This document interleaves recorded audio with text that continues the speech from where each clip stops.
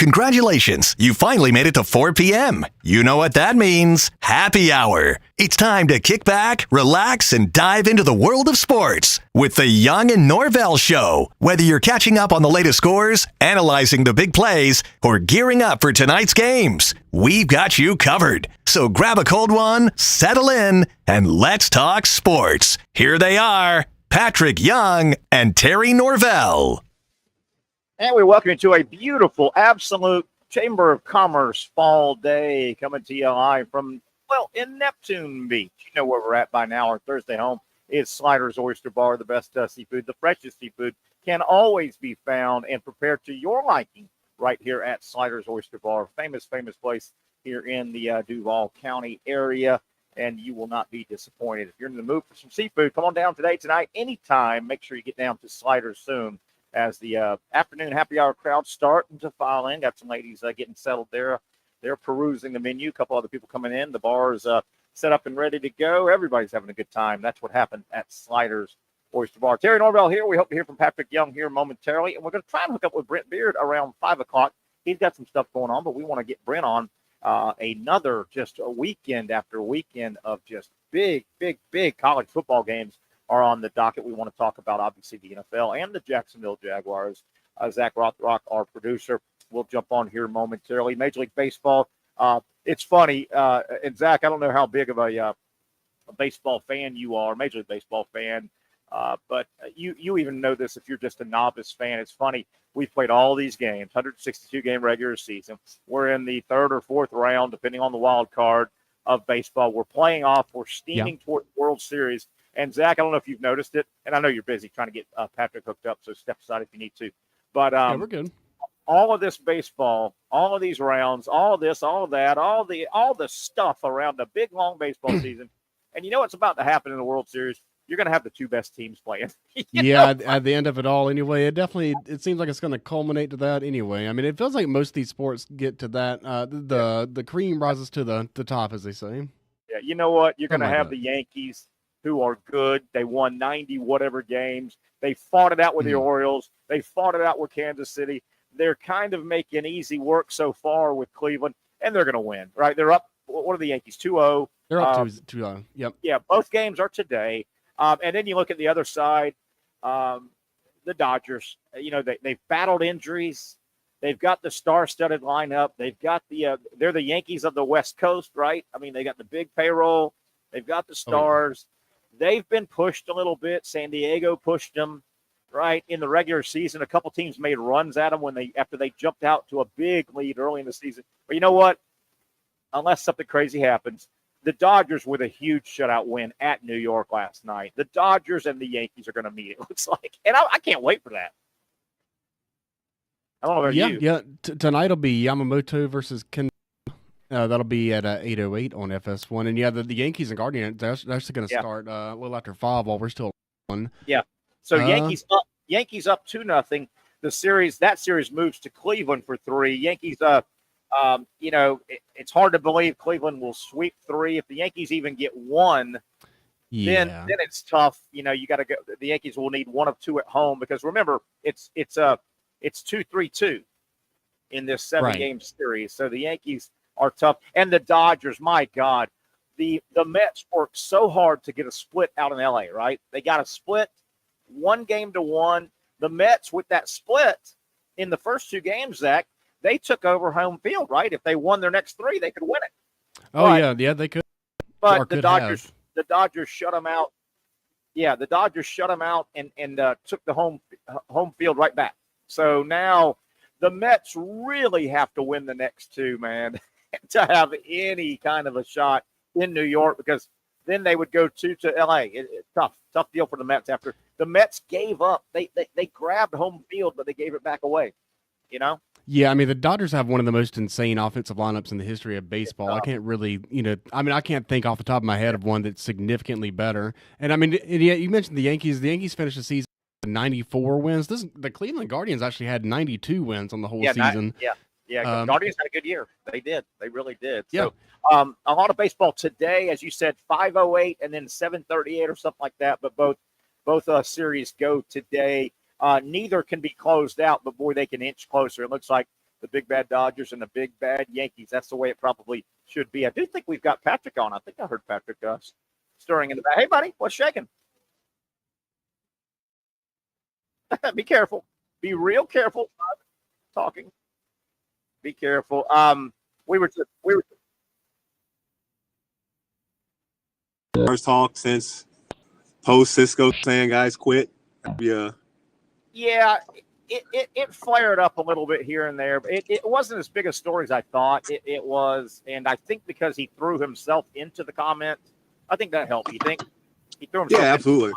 Yeah. And he didn't call anybody out specifically because you don't do that, and you don't throw your teammate under the bus to the media. You just don't do that. I'll tell you, Patrick, I'd like to get your thoughts on this upcoming game with New England. The Jaguars taking on New England. New England's not very good. The Jaguars aren't very good. You got 2 1-5 teams. Patrick, I'm almost calling this game Sunday morning in London. To me, and I want your thoughts on it, it is a 23 or 67 game. And let me explain. If the Jaguars were to lose Saturday morning, I think their win total at the end of the year is somewhere between 2 and 3 wins. I mean, 23, right? I'm playing with numbers here. I think they're looking at a absolute wheels fall off, colossal, terrible record.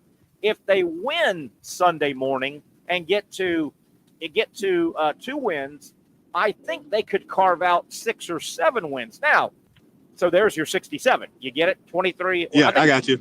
A 23 or 67 game. I'm picking it up. You see how I'm going? But Patrick, the way it works, I got you. The way it works, after New England, the Jaguars have 5 murder row games, and then the final 5 are manageable. Tennessee, the Jets, the Raiders, Tennessee, and Indy. Maybe no playoff teams at all. And Pat, you know how the NFL works. The last 3 or 4 weeks of the NFL season, regular season, there's a flaw in that system. And what happens is you get 2 teams out of the playoffs to get matched up in week 15, 16, 17, 18. Patrick, those are dog games. And you can steal 2 or 3 wins at the end of the year. You can wins. But if you're 2 wins going in, I mean. Well, let me ask you this, Terry. At what point, so I guess if they lose this game, is this, all right, we need to grab the number 1 pick kind of mindset after that? Yeah. You hope not. And you hope for the fans' sake not, because, people have paid a lot of money for entertainment, and they would never pay that kind of money if they knew their team threw in the towel. But yeah, it's a tough call. That's true. You're absolutely right. I will say, why would I go to it? I don't care how diehard a fan I am. If I know that you guys are not even trying to go out there and win, and don't why would I spend my money on that? Good point. I probably wouldn't buy tickets the following season. I will say this, Patrick. I'm going to be the first on record to say this. If the wheels totally fall off, let's say they lose Sunday to New England and they only win another couple games, they get 3 and 14, and they get the first pick. Can I please tell the Jaguars, for God's sakes, if you do get the first pick in the NFL draft in 2025, absolutely do not use it to select anybody. You must trade that pick. Go get you a serviceable offensive lineman and a cornerback. Or do not make a pick there. Trade it and get. Man, Are you more? I completely agree with the offensive lineman, but middle linebacker over corner. Yeah, you throw a dart. I don't believe in. I think Ventrell Miller and Foye are our best lineup. I hate to say I don't believe in Devin Lloyd. I think he's just the guy. I'm with you, Lloyd, and that's fine. Go get a middle linebacker along with an offense. You've got to go use that first pick. If the Jaguars come to that again, I don't care. Do not draft the hottest offensive lineman. I want a guy that is ready to plug and play. And then, but if you got the first pick and you find the right team that wants that first pick, go get a serviceable tackle or guard. And a linebacker, as you said, or a cornerback, but do not dare use that pick if you're the Jaguars. Zach, what do you think? Yeah. Oh, I think. What about so let's say that they do have literally the number 1 pick, and okay. I think something that could be a possibility is you probably want to trade back a couple spots I think he would still be there, and then get a Travis Hunter. I mean, he could be the corner, and then you could also potentially use him in some select packages on offense. But trade back a few, because I understand what you're saying. Hey, fine with me. Just don't use it for one singular player because you're not going to use it on a quarterback, and that's about the only big diamond that you want to use a number one on. They've done that. Do not use that on one player. No. Trading back counts, Zach. I agree with what you said. That counts too. But Hunter can almost be two players. You need bullets in the gun, man. You need bullets. Yeah, 100%. 100%. And you don't want to take Hunter number one overall, but you take him maybe number 6 overall, number 5, trade back for some team that wants a quarterback that wants yours, or whoever happens to be that number one overall prospect. I think that might be the path that I would consider. Yeah. Oh, I'm with you. Are you able with trading those picks? Are you able to get, maybe steal a player too? I would think, if a team really wanted Quinn Ewers and you had the power, but hey, we'll make it fair. We'll give you this pick. We just need to exchange for this player, or whatever. Yeah. And Pat, you make a great point. If the team that wants Quinn Ewers in your scenario, and they know they need to guarantee it, they got to get number one, right? And you've got number one. The team that wants them, particularly if they pick down the road, you want somebody that picks 6th, 7th, 8th, or 9th, right? Because they don't think they're going to make it. He's never going to fall. So you go to them, Pat, and you go, hey, you want yours? We like your starting guard. We want your guard and swap picks, right? Or your guard swap picks. And in Zach's scenario, you may be, and yours too, Patrick. In that scenario right there, you get a guard, a ready-made push-button guard on the offensive line, and you still may be able to get Hunter at 7, 6. Yeah. He's not going past 10. Do not. And I think, but the issue with Travis Hunter though, like, I don't think he's not going to be able to do 2 positions in the NFL. No. It is kind of nice to know that he could, and I'm sure maybe on his own time he'll try to stay sharp. But if he wants to get paid, if he wants to be an integral piece of, because like the best corners of the game, they're bored. They're bored, Terry, because nobody throws the ball to them. They get paid to be bored if they're that good. Yeah. If they're that good, they get paid to be bored. Good. Now, Travis Hunter could certainly do a Dion scenario. Dion was so good. That's what I've seen. He was a cornerback, but the NFL worked special packages. He played some receiver, getting him the ball 4 times a game. Not anywhere now. On offense in Colorado, he's on the field a lot on offense. I'm not suggesting that many plays, but Dion, remember, he would play cornerback. That was his position. He would return a punt here and there and a kickoff, and he'd play wide receiver. But it would be a handful of plays. But he was lethal with the ball in his hands. Lethal. Yeah, but you just wanted to put situations where he had the ball in his hand. Yeah. By the way, speaking of, glad you brought up. I'm glad we brought up Dion here. I've also figured out the other way, and there's nothing wrong with what I'm going to say. I'm not picking on Dion by any stretch of imagination. But I've also figured out another way he's going to get out of Colorado and try and save face a little bit, because I think he'll be bored once his kids are gone. What Dion's going to say, particularly if Shedeur goes first or in the top 3 or 4 picks, I think Dion's going to say, hey, I'm stepping away from coaching. I'm going to try and nurture my son. I mean, this is a big spotlight. I'm going to try and I've been there. I'm going to try and walk my son through the next 2 or 3 years. So I think that's a way he can get out of coaching as well at Colorado.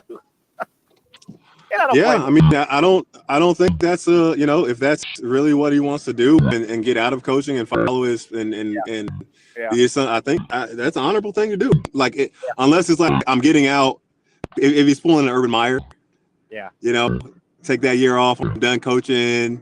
Yeah. Nah, I'm going to Ohio State. Yeah, but I think he wants to get out of Colorado. Yeah. Once his kids are gone and once the boy, because Colorado, if Dion truly wants to be a big time college coach, Colorado is not the destination. You're just not going to win big at Colorado. And I don't think Dion's a guy that says, I'm fine. I'll coach the next, 15 years and be, 7-5. I don't think, I haven't paid attention to this, but is there Dion? He's not like in good favor or good relations with Florida State. Is that true? I don't know what that relationship is. I really don't. I've heard don't he never talks about Florida State, and if he does, it's not positive. And because my buddy was like, yeah, man, I think Deion should come to the Gators. I'm like, Deion's not going to come to the Gators? You serious? But then he was like, he told me that stuff about Florida State, and I'm like, huh. I mean, that would be the ultimate spite. I don't remember seeing him around the program much, but just because you don't go to the sideline and watch games of your old school doesn't mean you're not, still in good graces. I don't know, though, Patrick. I really don't. Yeah.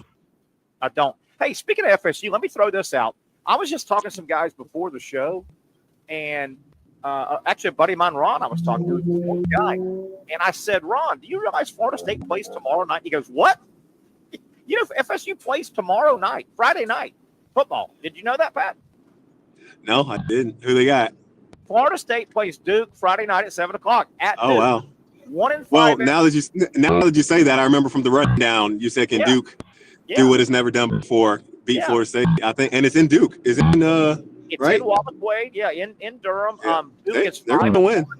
Duke's 5-1. FSU's 1-5. Oh, 5-1. And that's tomorrow. That's tomorrow night. I love it because I got a Friday night game to watch. There we go.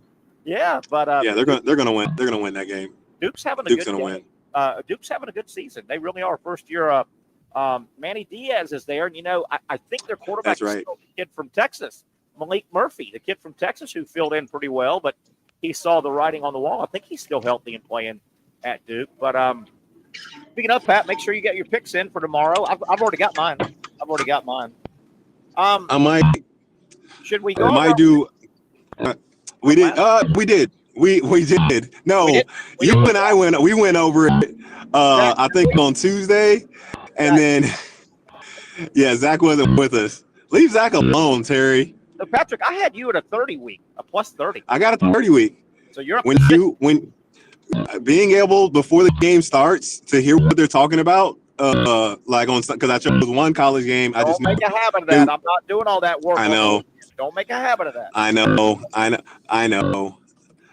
But it was so helpful to have like a little bit of extra context before. Like, okay, that guy's out.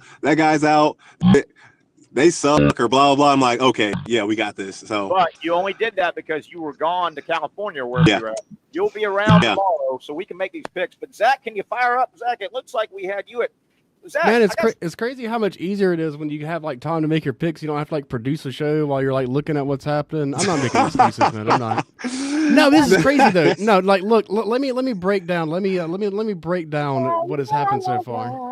Listen, this guy never lets me speak my piece, man. This is crazy. I'm listening, Zach. Thank you, Pat. Is actually so listen, so at the beginning of the year I was trying to apply logic and reasoning, okay, and this wasn't working at all. Okay, I was like, let's pick against Malik Willis. He's been awful. He suddenly turns into the greatest. He's like Vince Young in the Rose Bowl all of a sudden, right? Yeah, he was. And the game that literally broke me, okay, the game that broke me mentally was when the Steelers didn't beat the Cowboys. That was crazy to me. Okay, so last week I decided, you know what, I'm just going to pull for games for scenarios that I personally want to root for and want to have fun with, and good God Almighty, they literally all three lost. So you know what? I actually have a brand new strategy this week. Check this out. Brand new strategy. All right, brand new strategy. I'm going to go with all three of the local football teams that have been doing so well this year. I'm going with the Florida Gators. I'm going with the Seminoles. I'm going with the Jaguars. Let's go. Write it in. We're not writing it down. Tomorrow we'll all write it down. Zach, I got you. I'll remember this. Why don't you go? Instead of Florida State, how about Miami? No, Miami hasn't been doing good enough. I want only the good teams, only the really, really good teams. No, I want to see. This is crazy. I feel like I'm cursing these teams, so I want to see if I can make it where these teams don't win a game for the rest of the year. I don't think they will. None of them are going to win, and I'm going to be on the side where they get points, and they're not even going to cover. It's going to be crazy. I'm going to be 400 in the hole. Gosh. This is fun. It's honestly one of the most insane social experiments I've ever seen in my life. This is pretty. Yeah. I'm having fun. Zach, so I had you. Zach, I had you. I think I'm minus 35. Minus maybe 30. minus 25. You can only go to minus 30. Yeah, on the week I was minus 30. Yeah, I'm talking about like overall. I've got you as minus 25. Yeah. Because you were 35. Yeah, that sounds right. I was at plus 5. Oh man, I'm crazy. Oh, dude, we're good, man. Yeah, you're good, minus dude. This is 25. easy. Yeah, I've only had to wash like 4 dishes. It's not how you start; it's how you finish. You're damn right. This You just thing got ain't to keep playing that. Keep playing. Yeah. Yeah. No, Yeah. I'm mentally broken. I'm going with the Florida Gators, the Seminoles, and the Jaguars. I'm mentally broken. What was the movie? My fantasy with the team's toga? 5-1 though.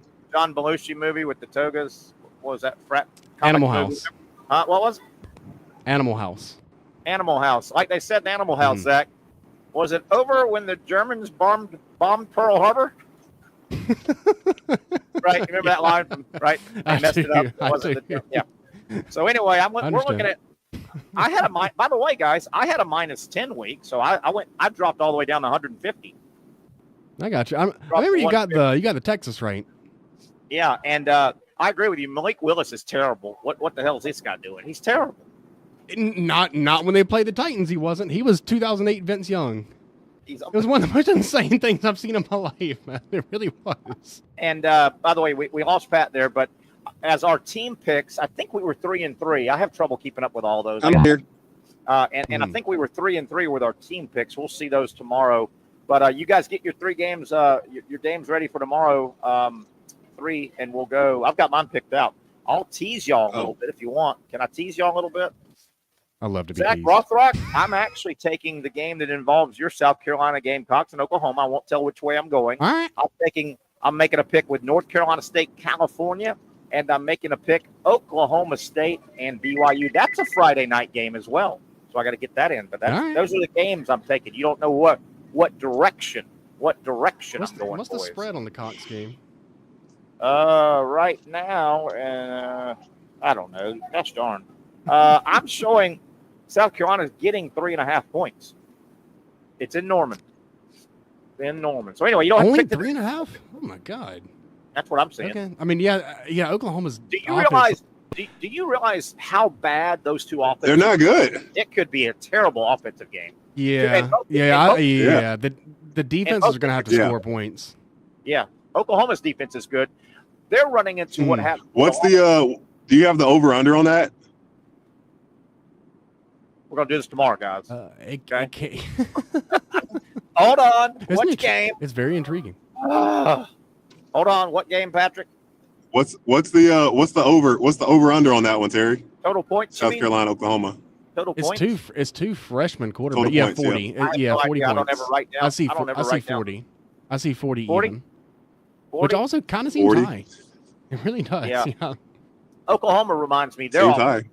Oklahoma's offense is so bad. You see this happen when you have a really good defense. After 6 or 7 games, your offense breaks your defense. Your defense gets so tired of just grinding and nothing to show for it. They kind of break. You can see Oklahoma's offense right now with Hawkins is really bad. I mean, really, really bad. Really bad. Reeling. Yeah, definitely. All right, guys, let's take our first break. Pat, What's his name wasn't any better. Arnold not even any better. Jackson Arnold sucks too. He was bad, wasn't he? Gosh darn. Hard to believe. Yeah. Think about what you just said. The Oklahoma Sooners, think about the quarterbacks they've run through the last 15 years. Think about oh my gosh. I mean, they were falling out of Norman, right? They were the Milrose and the Murray, all these guys that were great. Baker Mayfield, great quarterback. Hurts, Baker Mayfield. They can't find a guy that can throw a 5-yard forward pass now.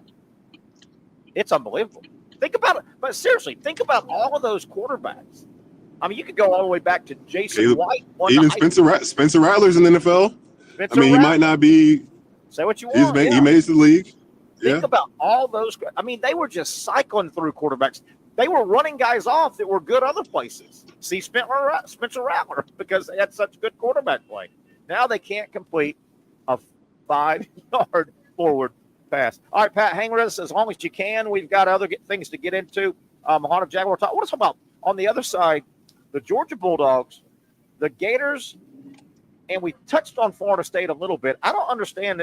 I don't know if people understand how one-sided the Florida State-Duke rivalry is or has been sort of in football. We'll talk about those three and continue some other college football talk on the other side. It is a Thursday edition. We're glad to be at our home. Beautiful day to be on the patio where I'm at Sliders. If you're in the area, come on up. Make sure you visit this weekend. If you're not, you will be glad you did.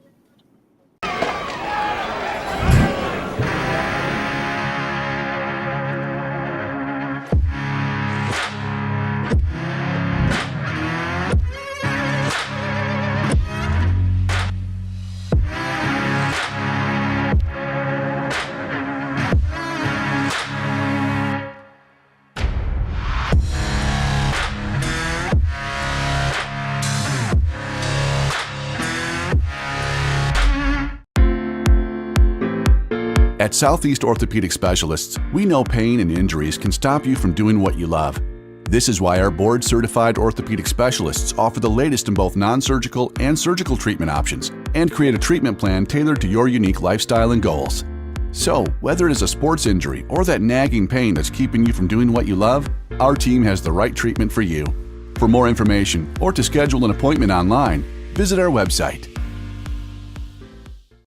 Finally, a family atmosphere, kid-friendly restaurant with a real sports bar feel. Bricks Jack's Beach features all of that and a large, climate-controlled covered patio with misting fans and heaters for all seasons. Mix in an extremely diverse menu that features the most quality and affordable steak at the beach, and there's no reason not to enjoy your next lunch, dinner, happy hour, or big sporting event at Bricks Jack's Beach, 300 2nd Street North in Jacksonville Beach. See you at Bricks Jack's Beach. You really got to hand it to him.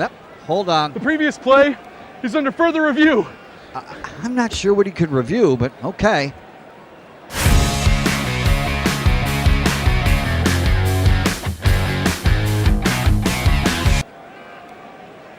Sure has been a while. Dynamic Hurricane Grill and Wings for the football season. Well, there he is. Oh, what is that? The Action Sports Jax 24/7 network is streaming. I'm Stuart Weber, and I'm here to teach you a nice three-step process on how you can watch all your favorite programming from the Brent and Austin Show every weekday 10 a.m. to 1 p.m. or the Cup Date with me. It's fantastic. We talk NASCAR. It's a great time. Wednesdays at 1 o'clock. All right, first step, easy. Download the Action News Jax app. You probably already have it downloaded on your phone, so you might already have that one taken care of. Step 2, see that stack of pancakes up there? You click that stack of pancakes, and it's going to bring down step number 3, which is a full screen of all the different streams that you can click on, including the Action Sports Jax 24/7 stream. You click that, the video's rocking and rolling on your mobile device. You're watching all the shows you want to, and you're having a good time. You can also do it on your smart TV with the Action News Jax Now app. I do it on my Samsung TV at home. It's a great way to watch it on a nice, large screen for all the content. That's the Action Sports Jax 24/7 network. Hope you can find it. You trust CGC to make your water great, and now you can trust CGC with your plumbing needs as well. Fast, convenient scheduling, licensed and insured. A quick call away at 904-552-1242. You never know when you're going to have an issue with a shower, toilet, or maybe it's a sink that sometimes is easy to fix. All right, let's be honest. I'm not fixing anything. I'm totally staging this because when I have a plumbing problem, I call CGC Water Treatment and Plumbing. Trained professionals, transparent pricing, customer satisfaction. Small problem or even a bigger issue. Maybe you need a new tankless water heater or something a bit more intricate. The experts with 25 years of experience at CGC Water Treatment and Plumbing can do it all. Call 904-552-1242 or visit cgcwater.com. That's 904-552-1242 or cgcwater.com. CGC Water Treatment and Plumbing, an authorized independent Connecticut dealer. Florida license number CFC 1432579. The drink bar, of course, is open. And, of course, the Oyster Bar is rocking and rolling. Johnny Pop, the famous Johnny Pop, behind the Oyster Bar right now, serving it up, raw, steamed, however you like them. Come to the greatest oyster bar you will find in our area, I guarantee you that. Sliders Oyster Bar right here in Neptune Beach, featuring safe harbor seafood. The great Julie is also behind the drink bar, making all kind of concoctions. Actually, she's running around somewhere right now, but man, they come up with some really cool beach vibe drinks here, kind of their own craft drinks as well here at Sliders. Feel free to ask what they are concocting. Patrick Young hanging around here. Patrick, I got to get this out. She's back. She's back. That's right, the vet. You know, she hasn't been working a lot of college football games this year. I don't see her name very often. I wonder why. I wonder why. She's back, fellas. If you are a Baylor Bear fan or a homestanding Texas Tech Red Raider, you get the Beth on the call. Beth Mullins this Saturday, baby. Baylor is actually better than I thought. They're not good, but they're better than I thought they'd be. I thought they were going to be a 2-10 team this year. Yeah, they're still going to blow their coach out. Dave Aranda just hasn't worked out. Great defensive coordinator. No. He just hasn't worked out as an HC. It hasn't worked out. But Lubbock, Texas, are you ready? Beth Mowens on the call. Hi, everybody. I'm Beth Mowens, and sit down and don't turn the volume down. Turn that radio off and listen to me. Turn that radio off. She is back, baby. She is back. Hey, yeah, it'd be so much wiser and has the radio on the whole time. I have trouble doing that because they're never in sync, and that drives me crazy. I have trouble doing the radio TV thing. Yeah. And I like Sean Kelly, and I'm buddies with Shane Matthews. I like catching them post game and pre game, but do you have trouble doing that with the radio TV? It's never synced up and drives me nuts. I haven't tried it. Yeah, I haven't tried it. I think before YouTube TV existed, I think we would do radio because we weren't. I don't think I could pull it up on my phone, the streaming service. Yeah. But now, like if I'm with somebody and we're driving and the game's on, super easy to just put it on your phone and connect to your car. Yeah, definitely. We've got plenty of college topics we can throw to Brent Beard. We think we're going to have Brent in the 5 o'clock hour. I think he's having some car issues. I told him, hey, man, take care of that first. But, Patrick, is this coming Saturday finally wake up Saturday for the Georgia Bulldogs? They're playing the number 1 team in the nation on the road in Austin. And I'm hearing more people nationally talk about what you and I have talked about with Georgia. Something's missing. There's a much better team in there in that Georgia roster than what they're putting out. But do you think this will finally wake Georgia up? Man, would you agree something's missing? It's so hard. It's hard because, like, in the big game so far, they've started off so slow offensively. Every game. Clemson slow. Kentucky, Alabama. Obviously, they were getting beat 28-0. Yeah. And I'm sure Quinn Ewers is going to be back on his game. Yeah. I think there is something culturally. And look, we talk about this all the time, and people have heard this ad hominem when you've heard it like nonstop. Ad nauseum. Ad nauseum. There, thank you. Ad nauseum. Like, it is so hard to maintain greatness. Really is. Like, 1 year. 2 years, obviously they had last year were at 3 points. A 4th year, to maintain that level of everybody bought in and obsession, and not only that, but executing. It's really that's why another thing why it's so amazing what Nick Saban did at Alabama, and he did. He had a year or two where like when he started, they weren't good at Alabama, but when he found his groove, it wasn't no more of them. 9-3. It was no 3-loss season. It was no, sir. But man, I think if you talk to every Georgia fan and the regional boys, the national boys are all starting to say what we've been saying. Georgia's winning games. They've only lost one. They're highly ranked. They're Georgia, but there's something missing. This team hasn't. It's like there's a governor on their gas pedal. I don't know what it is, and this is driving Kirby. Kirby feels it. He's probably tried everything, right? There's just something missing with Georgia. Will this weekend in Austin, big game, the biggest game of the year so far coming up, Austin will be on fire Saturday night. The number 1 Texas Longhorn. I tell you, Patrick, when we get Brent, we'll start talking about this. Let's approach this game, Patrick, and say Georgia loses Saturday night at Austin. Georgia would have 2 losses. They still have Tennessee to play, Ole Miss to play, and you start wondering, in that scenario with 2 losses, if Georgia loses in Austin Saturday night, do they want to qualify for the SEC championship game and maybe lose in Atlanta and get shut out and not go to the playoffs at 9? I don't know. I don't know. It's same, and you could say the same thing with Alabama Saturday night. Alabama, they've got Tennessee. Imagine if Alabama loses to Tennessee. That's 2 losses. Well, that's why the thing that you said all the time, like the getting in and getting out and everything that you're discussing right now is based off the context of a committee still being in existence. I hate it. Yeah. Right? Yeah. If there was no committee, let's just have straight tangible. All right, here's the tiebreaker. Here's this, that. Because a 3-loss team. Yeah. If they lose that, Georgia makes it. So let's say they lose the Texas by a touchdown or 3, and then end up making it to the championship game, and they lose again. to, you know, a number one team in the country, number two team in the country, and it's a close game again. You can't cut them out. Yeah, you can't cut them out. Would be, in that scenario, they would be the SEC runner-up. No matter the record, you're kind of considered. But there's some real weird potential numerical. You know, is 9-3 better than 10-2 if you went 9-3, but you made the championship game? You know, there's some.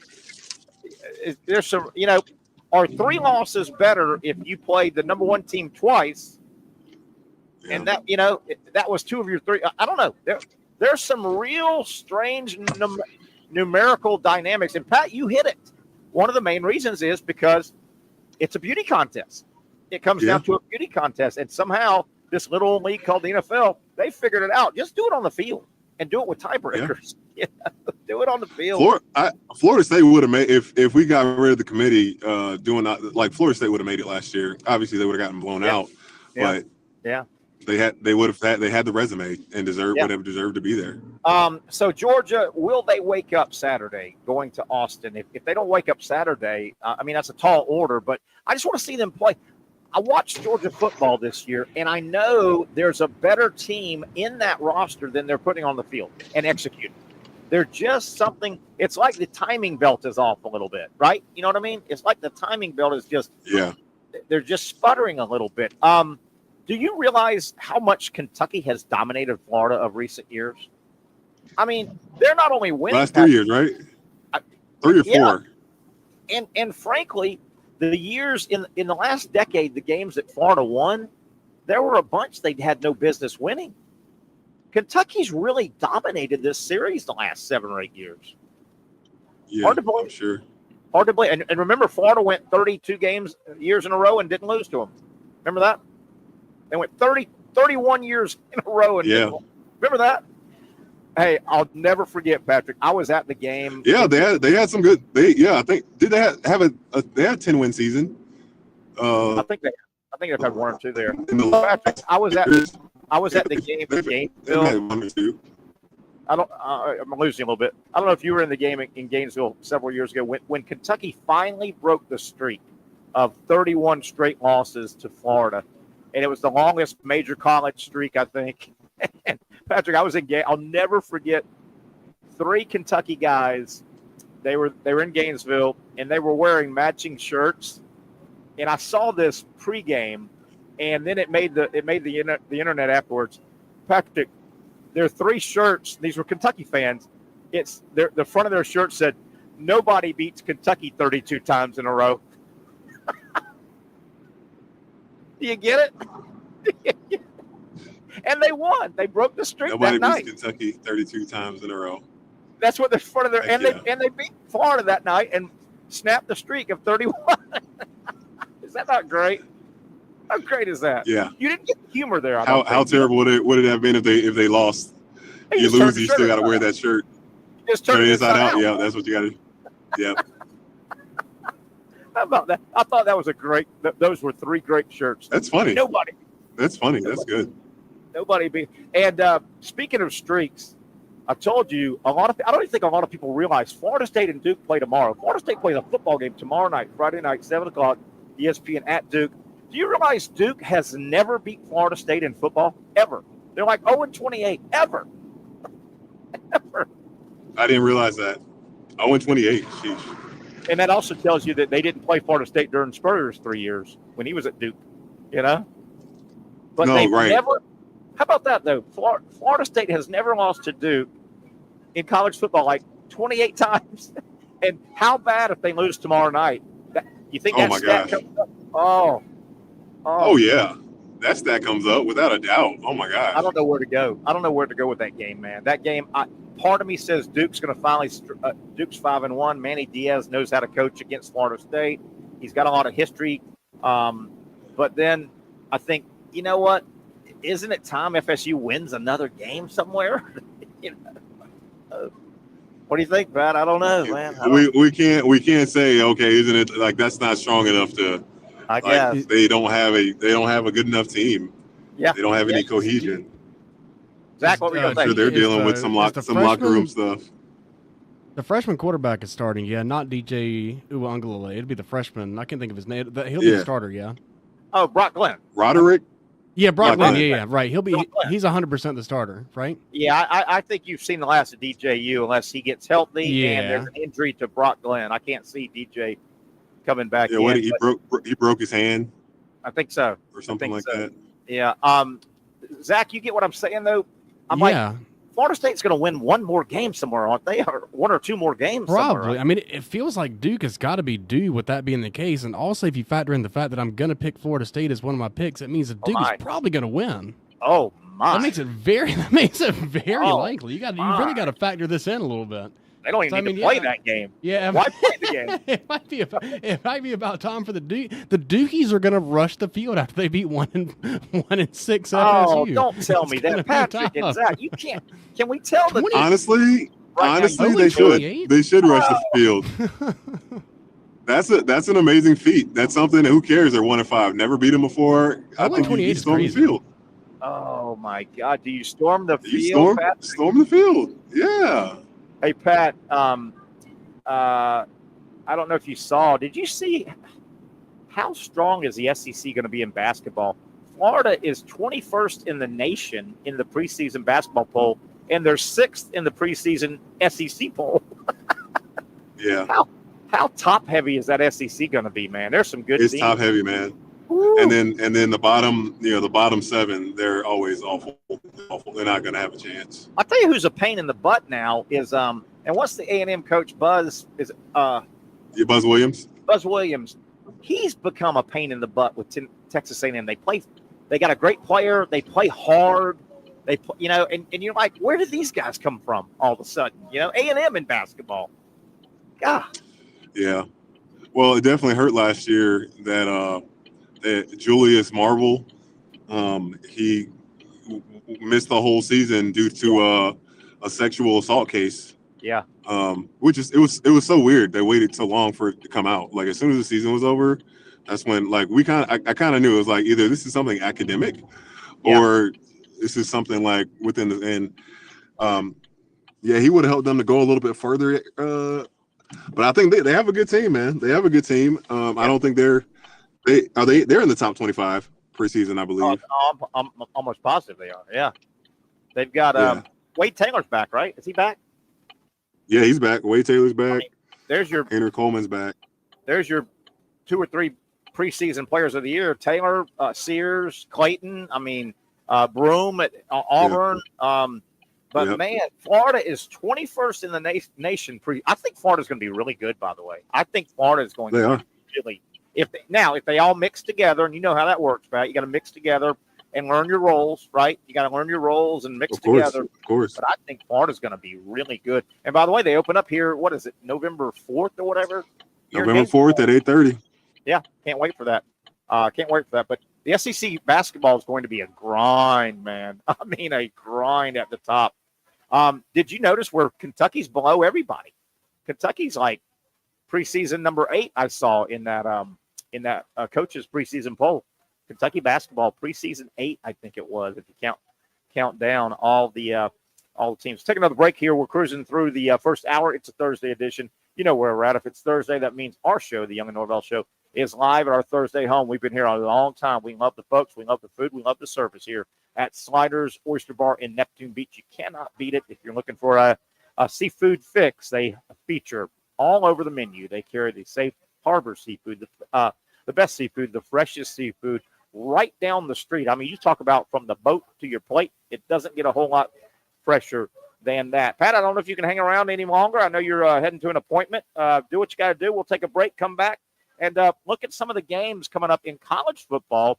We hope to visit with Brent Beard, hour number 2. Another hell of a weekend on paper anyway with college football games. 1, 2, 3. Really things starting tonight and tomorrow. That and a whole lot more. It's Thursday edition. The Young and Norvelle Show continues after this timeout. For those dealing with pain from a sports injury, arthritis, or spine condition, Southeast Orthopedic Specialists offers innovative new non-surgical options. Our regenerative medicine treatments, including platelet-rich plasma and other regenerative treatments, use your body's own restorative cells to aid in treating injuries. These procedures are performed in our offices and typically require minimal downtime. If you want to get back to doing what you love, our regenerative treatment options may be right for you. For more information or to schedule an appointment online, visit our website.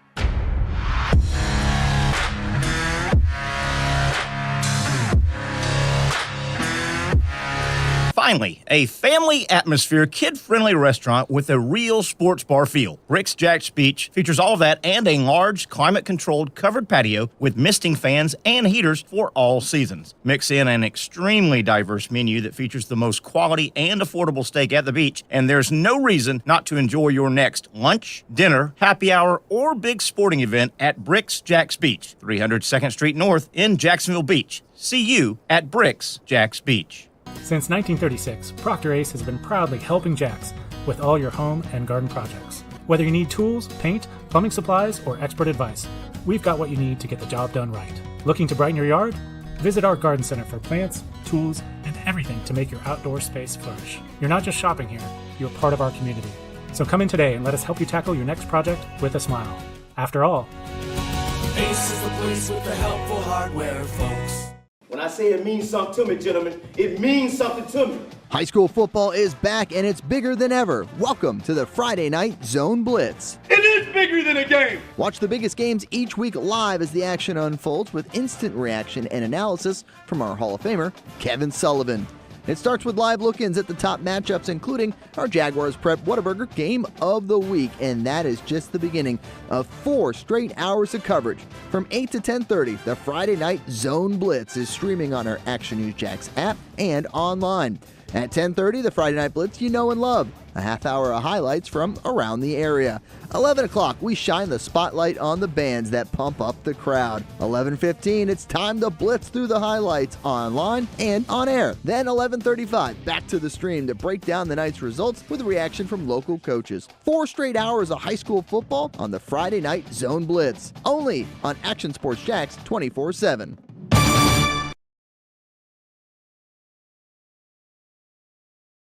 Baker Sports is local sports. Uniforms from Pop Warner and Little League to travel ball, high school, and college. They make you look good.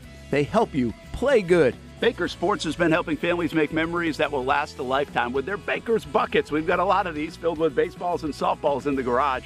I've been throwing batting practice to Ty and Kaylee for years and also sit on the Baker's Bucket, catching Kaylee while she practices her pitching. Baker Sports is homegrown, and a lot of employees that used to play on local ball fields now work for Baker Sports, now helping you look good, play good, and make memories of your own. Visit bakersport.com to see what Baker Sports can do for you. Custom apparel, Nike, Under Armour, Adidas, embroidery, screen printing, and more. Baker Sports is local sports from Jacksonville to anywhere in the Southeast. Bakersport.com.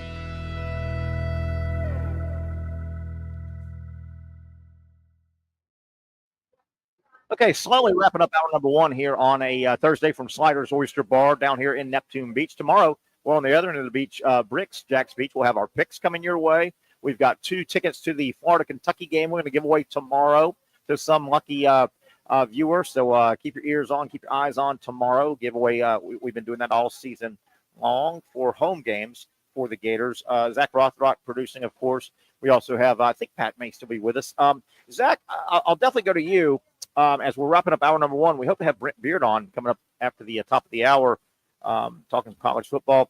All week, and I've failed to do it, shame on me, I've been meaning to go to the clip of the Oregon situation where the Ducks, on purpose to manipulate the rule book, which is fine, it was in the rule book, Dan Lanning and Oregon had a situation where they purposely put a 12th man on the field to get a penalty.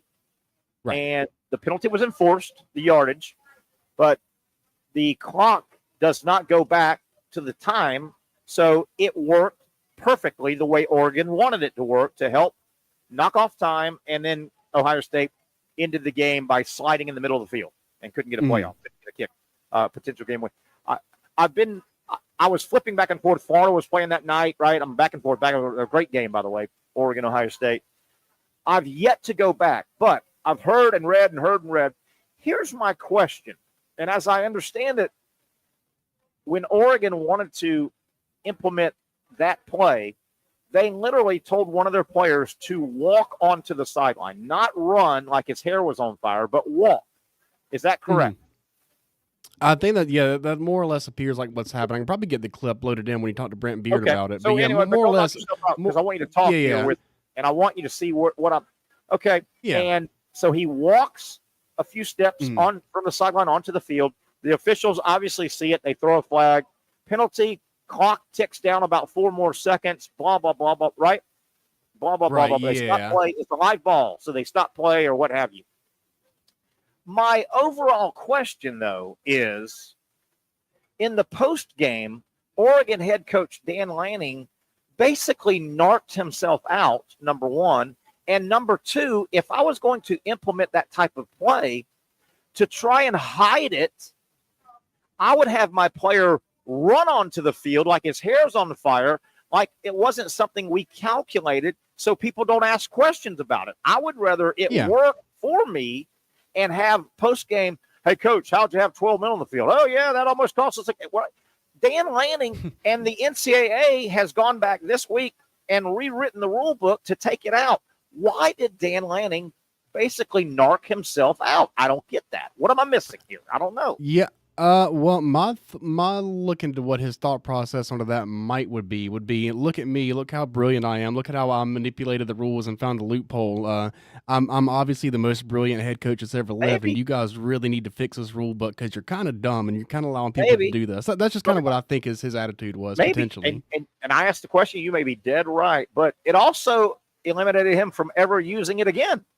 Yeah, which I mean, I kind of would have to think that it almost became obvious because of how you said the guy went out there kind of like lackadaisical. He didn't go with his hair on fire.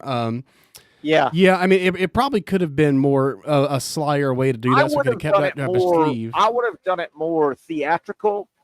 Yeah. So and then hope that nobody. So obviously that was brought up post game press conference. Yeah. And then he's totally spilled the beans. So maybe you're right or. Hey, man, use it one time. But, I mean, you wonder if Lanning didn't make a big deal out of it, would the NCAA would have said, hey, wait a minute, would anybody called attention? There's a little bit of a loophole here, basically. Yeah, for sure. And he decided to play the card in probably his biggest regular season game of the year against Ohio State. So maybe his logic is, hey, I did it in the biggest. So why don't I go ahead and make it where no one else could do this against me later? If we want to go where we want to go, this is going to get us there or not. So yeah, maybe. Yeah, maybe. Yeah, and I was going to say, speaking of Oregon, Ohio State, and this speaks to the enormous continued popularity of college football for all you portal people, NIL people. It's killing the game. You've got nothing to stand on. Oregon, Ohio State, a massive Saturday night TV rating, massive. And you know, those are two programs that don't get together often, but college football has never been more popular. I mean, and I've got the quantitative numbers to back it up. All the people that are screaming how the portal, I will go to my grave now. I think the portal's the greatest thing that has ever hit college football. It's an absolute greatest thing. Yeah, I mean, it's definitely been chaos. It's definitely been the wild, wild west. But at the end of the day, the product that's been on the field has been good. It has been entertaining. And it does feel like more teams have a chance. Yeah, my favorite part about the whole new setup is the 12-team playoff, how it's not, we lost a game, so the whole season's over. So we basically have no shot. I like the idea of extending your life a little bit, extending your chances of potentially getting a shot. Here are my two biggest thoughts of why I think the portal's the greatest thing to hit college football. I've got a couple upfront thoughts. I got a bunch more that I agree with, but the two biggest ones, number one, you can have a really, really quick turnaround. Your fans love that. You can have a quick turnaround because there's free agency, okay? And number two, if I took the time to start listing players that became stars at other portal colleges that they went to because they were behind really good players, do you know how many players did not die on the vine You could go Joe Burrow and Hurts, and there were so many players. The previous 160 years of college football, you would just die on the vine because you were behind the guy, right? Now with the mobility, you don't have to die on the vine. We would never know Joe Burrow. Quinn Ewers, we would never know.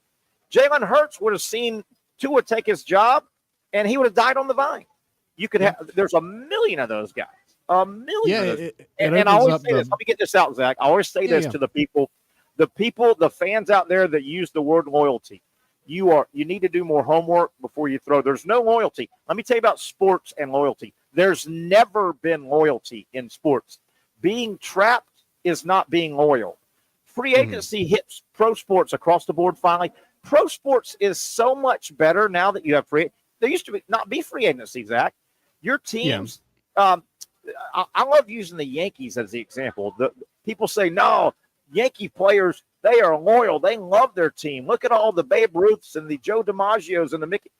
Those guys, look at the history. Go back and read and study. Joe DiMaggio bitched every offseason with the Yankees. He wanted to get out of there. He hated his contract situation. He would have gone. He was trapped. In the old days, when you were drafted, the only way you could not play for the team that owned your rights was if they decided to trade you or if you quit. Right? There was no loyalty. Yep. Being trapped is not being loyal. You know what I mean? The portal is the best thing to happen to college football. Best thing. I mean, I'm all about giving more power to the players and giving more of choice to the players and things of that nature. And it's also interesting to see how much of a curmudgeon some of these certain coaches are, like Dabo Swinney. I mean, and the Clemson's been doing good so far this year, but I feel like eventually, I know where you're going. If you maintain that mindset, eventually it's going to come back to hurt you. It really will. And also there's something to like how you say you can turn around your whole team in an off season. Up. You know what? Dabo will loosen that up. He will. Yeah, He'll probably. loosen that. Probably. He'll the other thing that always stands out to me when you talk to people that say no loyalty, I hate the portal, I hate the NIL. And not enough people say what I'm saying here. I don't want to be Mr. Know-It-All, but you know what? Nobody seems to ever point out. There's one group that absolutely loves the portal and loves the NIL. And I think the group that I'm going to bring up, I think this group should have more panache and more say than anybody. The players, the guys that play the game. Oh, yeah. They love it. They love it. Shouldn't that count for 1,000,000,000%? The players love it. Yeah, I mean, they're the ones that are going out there and risking getting CTE every Saturday afternoon so that we can watch 18-year-olds play football for sure. Johnny on his sofa doesn't like the fact that the players move too much. I can't keep up with them. Well, do we care about Johnny on the sofa or the players? The players. Hey, about Dabo real quick, and I know we're at the top of the hour. And this is probably apples to oranges maybe, but Dabo's stubbornness will come around or he'll get passed by. He'll start using the portal, don't you think? And the reason, I'll give you a small example. My buddy, the head ball coach, he never really liked the shotgun because he thought his offense was based off of taking the snap under center, 3, 5, or 7 steps. All of his offensive formations were built off 3, 5, or 7 steps after you take the snap. And he finally came around.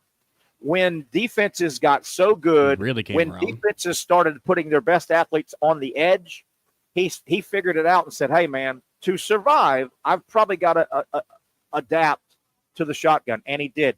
Dabo will adapt to the portal, I guarantee you, or he'll get out of coaching at the college level. Yeah, I would imagine he would. Because, it's going to come back to haunt you. But, I mean, also the extreme other side of that is, how FSU, I believe they brought in, 17 transfers, something like that?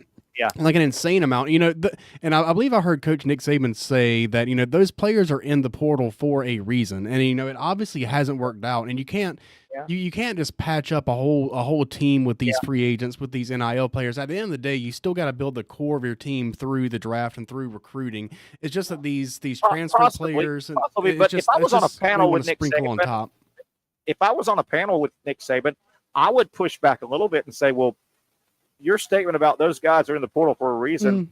Well, that makes it sound like they're either not great players or they've got issues. Well, I could list a million guys that were. I mean, you think Keon Coleman was in it for a reason? You think Jared Verse at FSU was in it for a reason? You think Jordan Travis? I mean, there's also been a million home runs. Guys just ready to move. Oh yeah. Guys just, maybe they wanted to go to a more winning program. Yeah. You know? So yeah. I don't think it's a blanket statement, but I see where Saban's going. You know, he knows a little bit about college football. He does know a fair, decent amount for sure. That Nick Saban guy. All right, let's take a break here. 1 down, 1 to go. We got a whole other hour. Hope you enjoying the show. We know we're loving bringing it to you. Feel free to give us some comments. If I don't read them when Zach's on, he'll tell me we've got some good comments. We love to have we love when you chat with us on your social media platform of choice that you are enjoying the show on. We're at Sliders Oyster Bar on Thursday. Tomorrow being Friday, that means we'll be on the other end of the beach. It's always a lot of fun down at Bricks Jack's Beach. Come down tomorrow if you're in that area as well. Let's regroup and kick off the second half after this quick timeout. Finally, a family atmosphere, kid-friendly restaurant with a real sports bar feel. Bricks Jack's Beach features all of that and a large, climate-controlled covered patio with misting fans and heaters for all seasons. Mix in an extremely diverse menu that features the most quality and affordable steak at the beach, and there's no reason not to enjoy your next lunch, dinner, happy hour, or big sporting event at Bricks Jack's Beach, 300 2nd Street North in Jacksonville Beach. See you at Bricks Jack's Beach.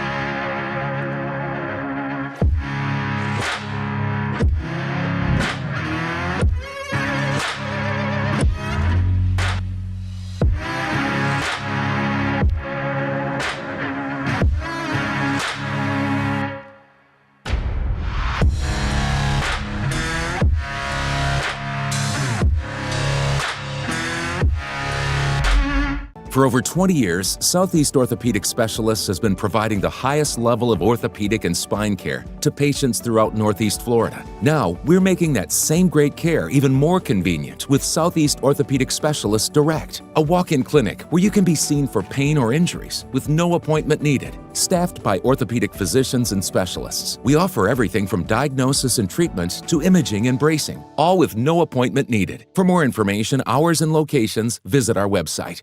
You really got to hand it to him. Hold on. The previous play is under further review. I'm not sure what he could review, but okay.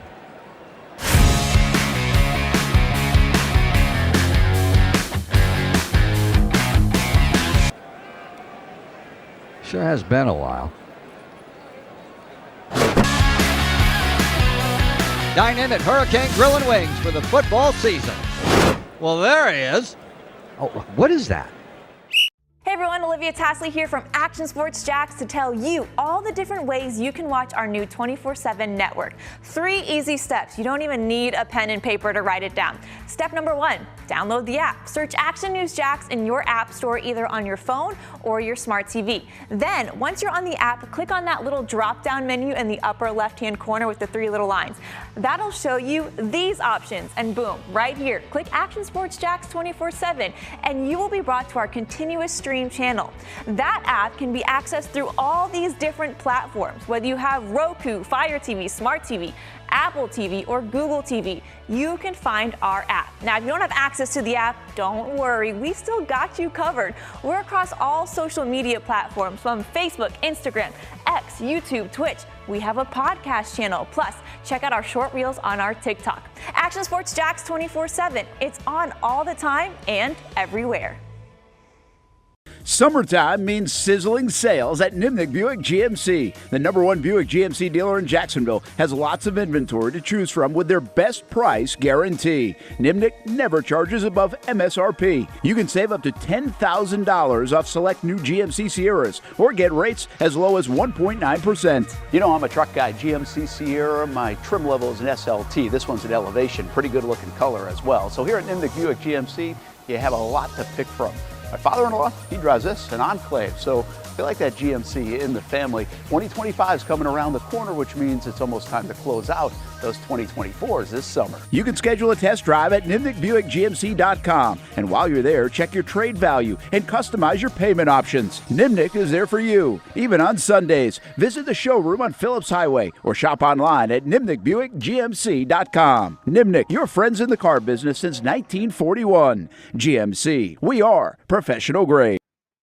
Back we are kicking off the second hour here, the Young and Norvelle show coming to you from, of course, our Thursday home, Sliders Oyster Bar. Thanks to the entire gang. Best seafood, I mean fish, shrimp, oysters, ceviche. They've got it all. They've got the freshest seafood. Their seafood menu features safe harbor seafood, prepared to your liking. They know what they're doing. The best seafood in the area, guarantee of that. And world famous Oyster Bar as well. Johnny Pop in there right now, getting those oysters out to people. We welcome you back, Terry Norvelle. We hope to hear from Brent Beard. He's trying to get home from a long day of work, and we're trying to get him connected. Not sure on his schedule. We're really into the fall now. Today's a just gorgeous fall day. I'm on the patio at Sliders. Temperature's great. Got a little sweater on top here, man. Perfect weather. And Zach, fall means a lot of things to a lot of people and different things. Temperatures drop. People like to sometimes, a lot of the women like to, wear more clothes, and they get to wear more options, and pumpkin spice. You hear about that in the fall. Oh, yeah. When you think of fall, Zach, could we also say chili? Do you think of chili? Good old pot of chili, warm pot of chili. Yeah, on a cold day. Yeah, sure. I bring that up because, Zach, a week from Saturday, I am a judge in a chili cook-off, for God's sake. Chili? Oh, my God. How did you get this gig? Looking for a big star. They said it'd come down to, Brad Pitt, Tom Cruise, and myself, and they were busy. And I was too, let me tell you. But it's my hometown. I said, I'll do it. You ever been a judge in a chili cook-off? I can't necessarily say that I have. I have 2 or 3 times. So, you know what you do as a judge in a chili cook-off? I would have seen you eat chili and then just pick one to be better. No, you eat chili and you pick one that's better. That's what you do. Oh, all right. There you go. Yeah. So generally, I've done a few of these, and this is a week from Saturday, and we'll talk more about it next week maybe. But I make a prediction right now. I don't think Patrick's at his appointment. He was with us in the first hour. Right. But I don't think Pat can hear us when he doesn't know about this. And the invitation came to me, okay? So didn't have Pat's name on it, right? But I know the way Patrick loves to eat. When he hears I'm the judge next week of a chili cook-off, he's going to try. Now, mark this down.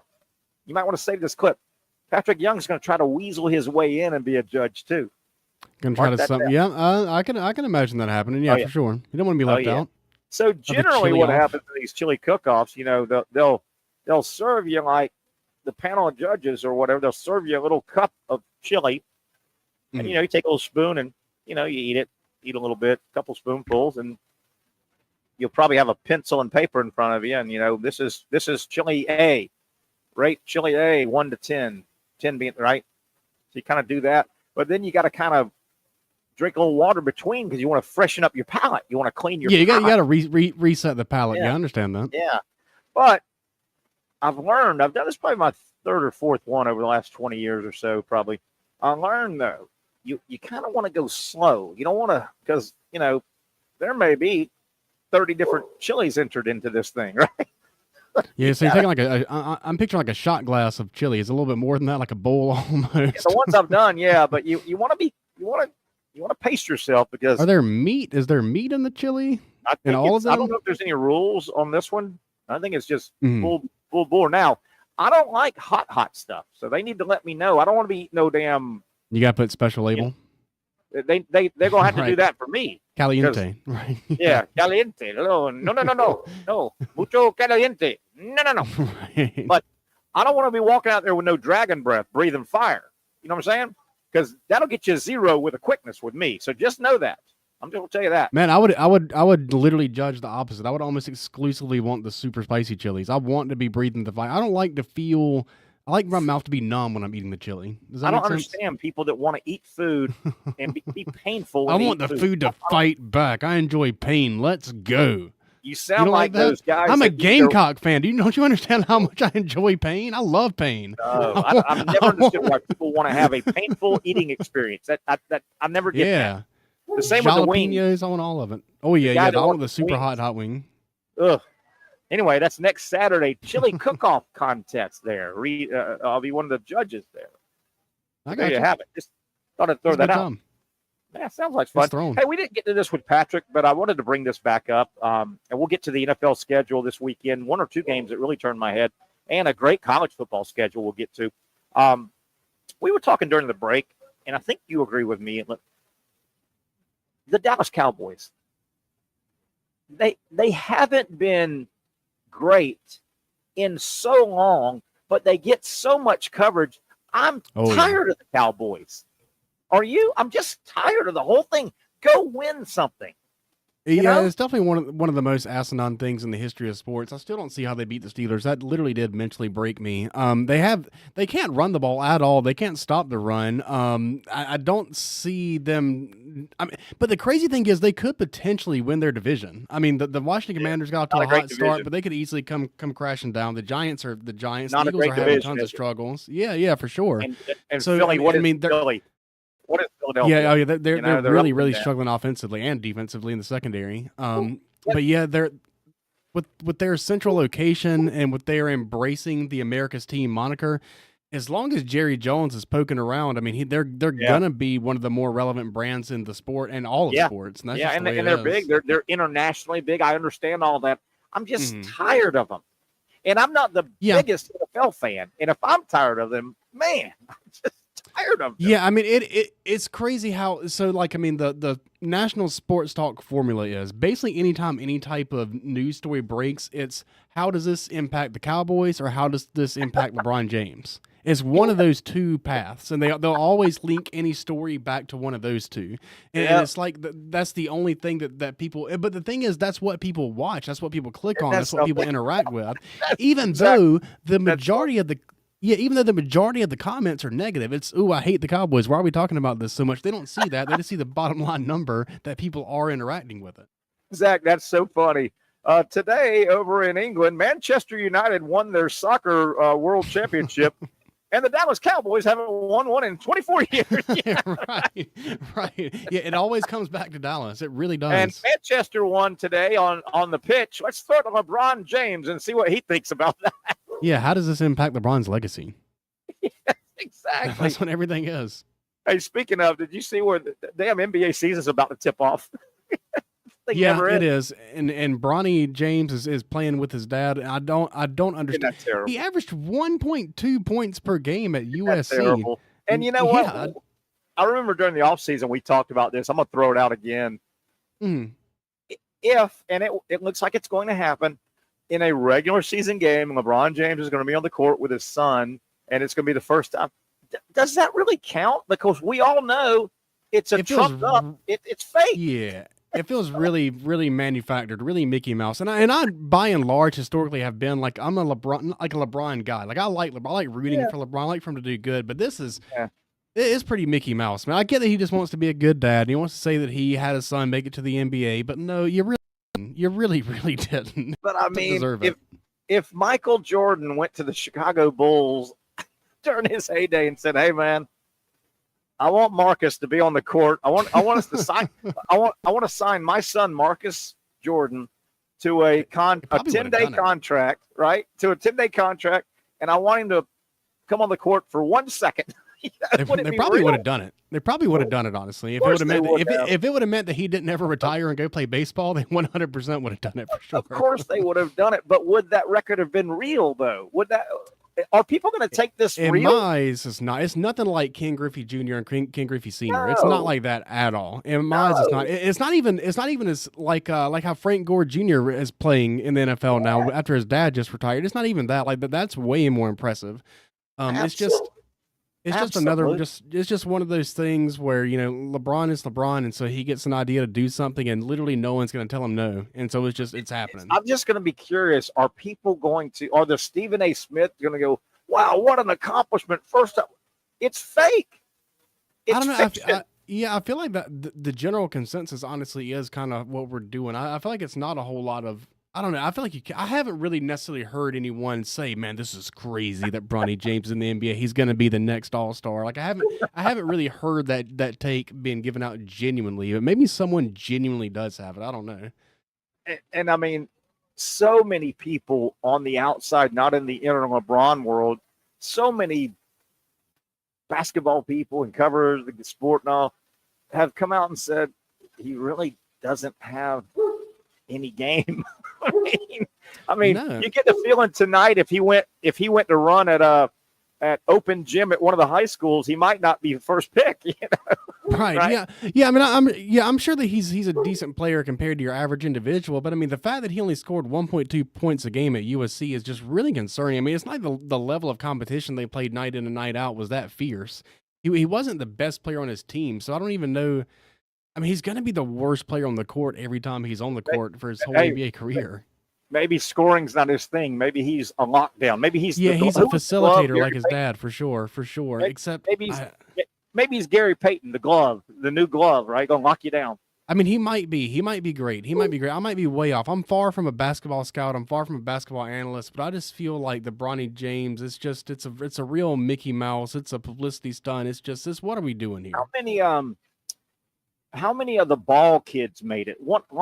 The one kid made it. He's a legit NBA player. He played He's been hurt a lot, right? One of them's been hurt a lot, but are there more than one? And did one of them get a free pass, or no? Is there just one ball? Lamar Ball on the Hornets has been a pretty solid player. I think he played for the Lakers as well. Or then there was Lonzo.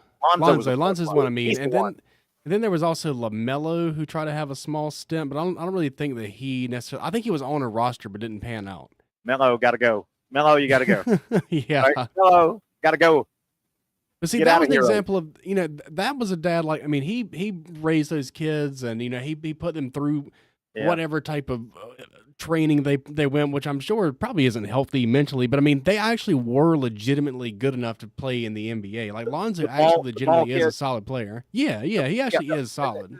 Obviously the ones in the NBA, I agree with you. I know they went too deep. At least they were talented enough to get a real look, right? And not be wasted. It wasn't a trump card kind of thing, Right. No, he had a really, really awkward shooting form, but he had like a good court vision. He had a good defense. He was good at all the other things outside of shooting, basically. You wonder though, would that ball kid, Lonzo, would he have made it at least to the level if he is?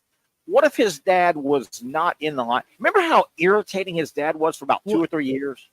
Yeah, see, I almost feel like it's almost like a self-fulfilling prophecy, right? Like if his dad wasn't there to push him, he may have never done the training. Like he may have never turned into the guy that he did. It's almost it feels like his dad was a lot like Earl Woods. It feels like his dad was like, we're gonna do this whether you like it or not.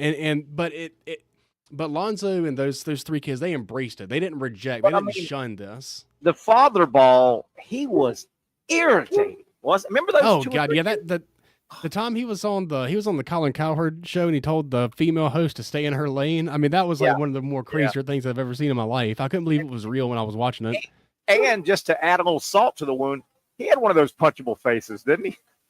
Oh, yeah, just loud. Just like claims he could beat Michael Jordan in a one-on-one. Like, what are you talking about? Yeah. Like, there's no Holy way. cow. He's literally he's the guy that goes to the YMCA and brags about like his high school days, but in reality, when he was in high school, he was like a borderline starter. Like it wasn't really that crazy.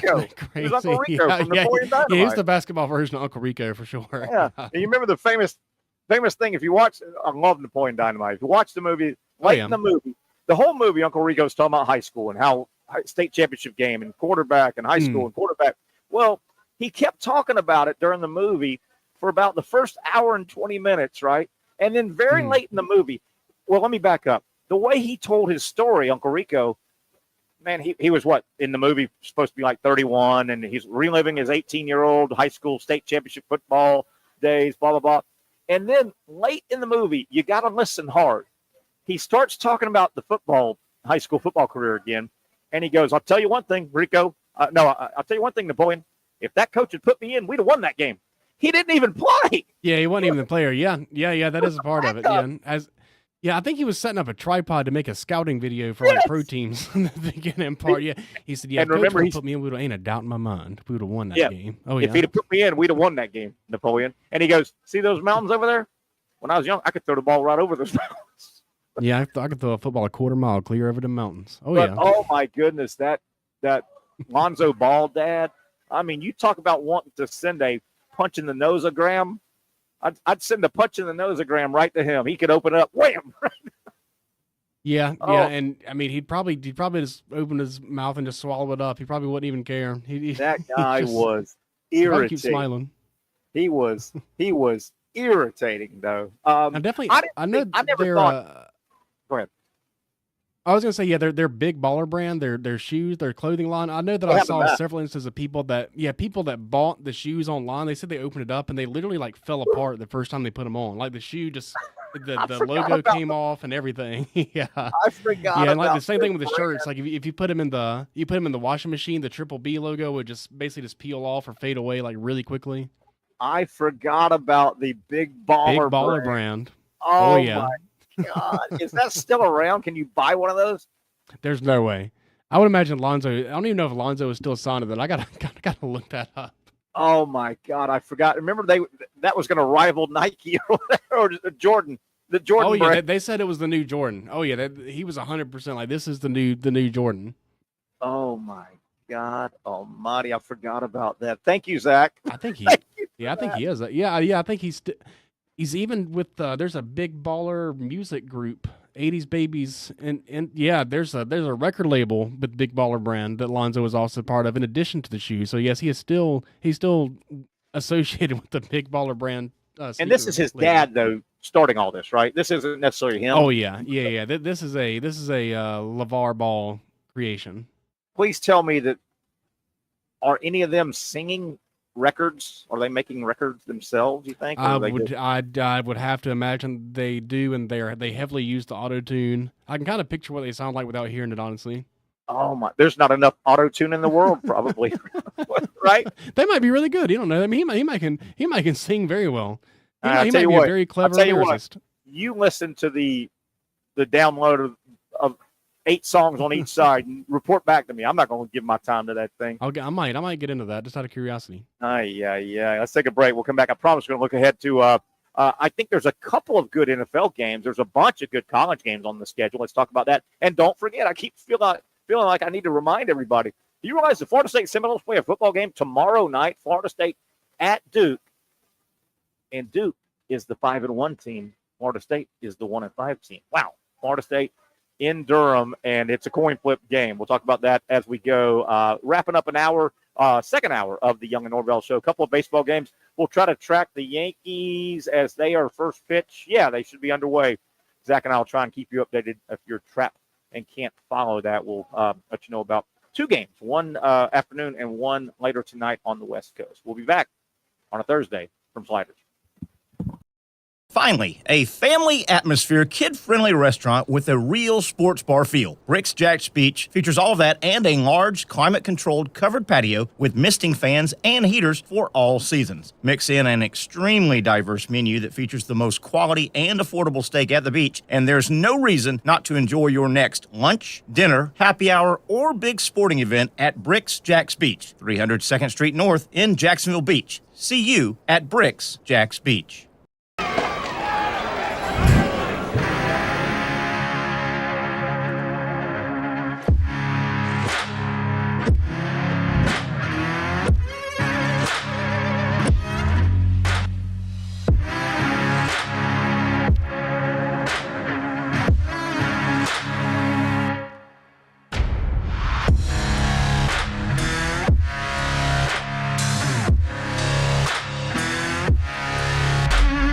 For over 20 years, Southeast Orthopedic Specialists has been providing the highest level of orthopedic and spine care to patients throughout Northeast Florida. Now, we're making that same great care even more convenient with Southeast Orthopedic Specialists Direct, a walk-in clinic where you can be seen for pain or injuries with no appointment needed. Staffed by orthopedic physicians and specialists, we offer everything from diagnosis and treatment to imaging and bracing, all with no appointment needed. For more information, hours, and locations, visit our website. You really got to hand it to him. Hold on. The previous play is under further review. I'm not sure what he could review, but okay.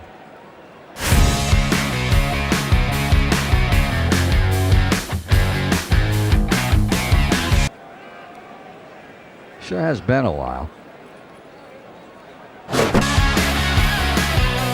Dine in at Hurricane Grill and Wings for the football season. Well, there he is. Oh, what is that? Hey everyone, Olivia Tasley here from Action Sports Jacks to tell you all the different ways you can watch our new 24/7 network. 3 easy steps. You don't even need a pen and paper to write it down. Step number 1, download the app. Search Action News Jacks in your app store either on your phone or your smart TV. Then, once you're on the app, click on that little drop-down menu in the upper left-hand corner with the 3 little lines. That'll show you these options, and boom, right here, click Action Sports Jacks 24/7, and you will be brought to our continuous stream channel. That app can be accessed through all these different platforms. Whether you have Roku, Fire TV, Smart TV, Apple TV, or Google TV, you can find our app. Now, if you don't have access to the app, don't worry, we still got you covered. We're across all social media platforms from Facebook, Instagram, X, YouTube, Twitch. We have a podcast channel. Plus, check out our short reels on our TikTok. Action Sports Jacks 24/7. It's on all the time and everywhere.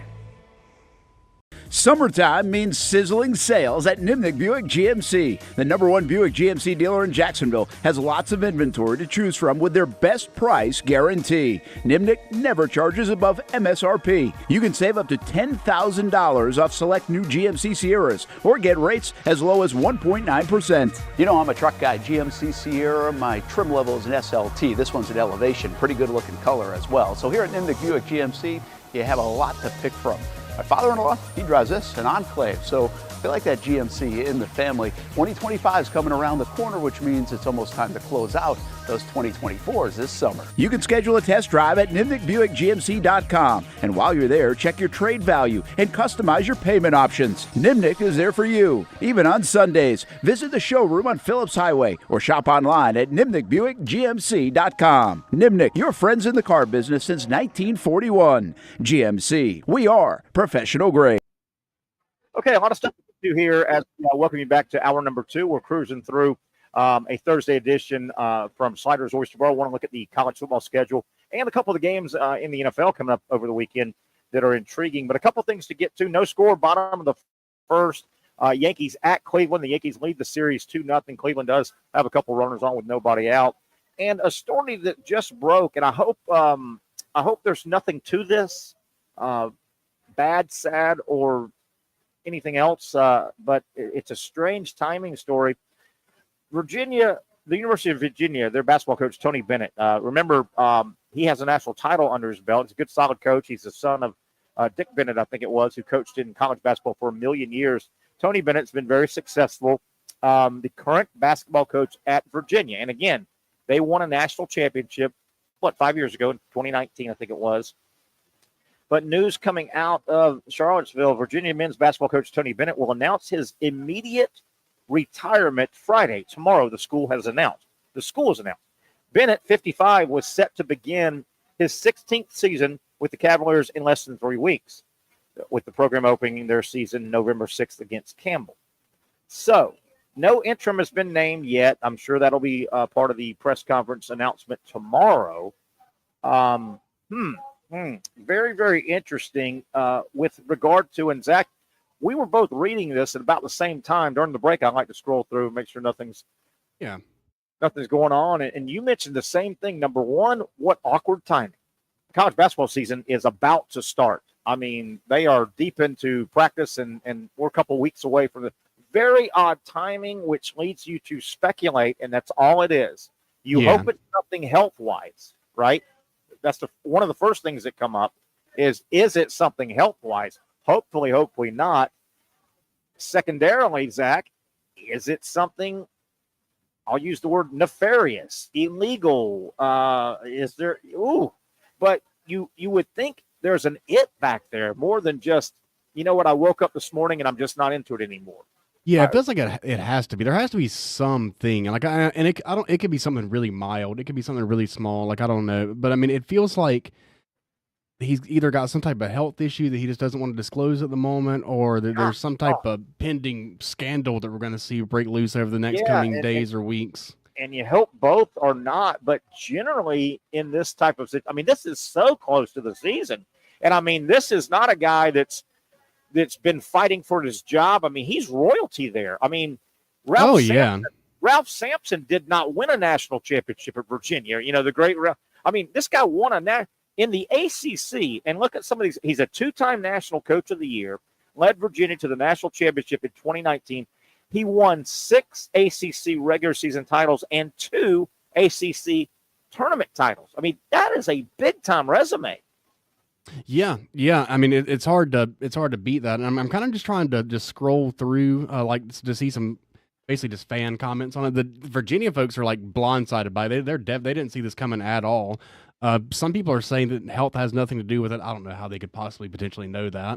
But I mean, it feels like this news truly did come out of nowhere. There were no like cookie crumbs anywhere that people thought this was coming. And that's the shocking thing. And, you know, man, I just hope it's not health related and not just a terrible scandal, but and when I say health related, even somebody in the family, you know, if I don't want it to, you know, if one of your children is sick or your spouse is sick or your mother or grandmother and he feels like he needs to walk away, hopefully tomorrow something, can we say soft will be the reasoning? Maybe I would hope so. You know, it would be very odd for a guy that basketball, I mean, you talk about a basketball life. His dad was a legend and coached forever. Right. I think it was at Wisconsin. I think his great years were at Wisconsin, his father. I mean, this guy, Tony Bennett, was literally born into a basketball family. So you would think if he just woke up tired of coaching one day that he would have known that should have been announced in the offseason, right? Yeah, it feels like he would do that in like May, June. Yeah, not October 17th. We're getting we're like less than a month away from the season at this point. Yeah, I mean it's kind of insane. There has to be. I mean, something's going to come out. Like I say, we're just speculating, but something's going to come out about this for sure. And tomorrow, obviously, they're going to make tomorrow at 11 is supposed to be when his press conference is. Wow, unique situation. Hopefully, it can be the best of a unique situation. Top of the second, still no score. Cleveland and the Yankees. Zach, while I've got you on, Brent's going to try and get on in a little bit, but looking at the NFL schedule, I'm trying to see some games that really appeal. Obviously, the Jaguars play at 9:30.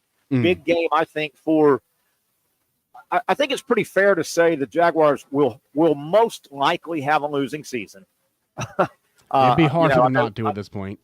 Yeah, most likely. I think Sunday's game is what level of a losing season do you have? Do you have a 6, 7, 8 win losing season or a 2 or 3? If they lose to New England, Zach, I think it could be one of those just ugly 3-win. I mean, 3-14 is a lot worse than 7-10. I know they're losing season. Oh, 100%.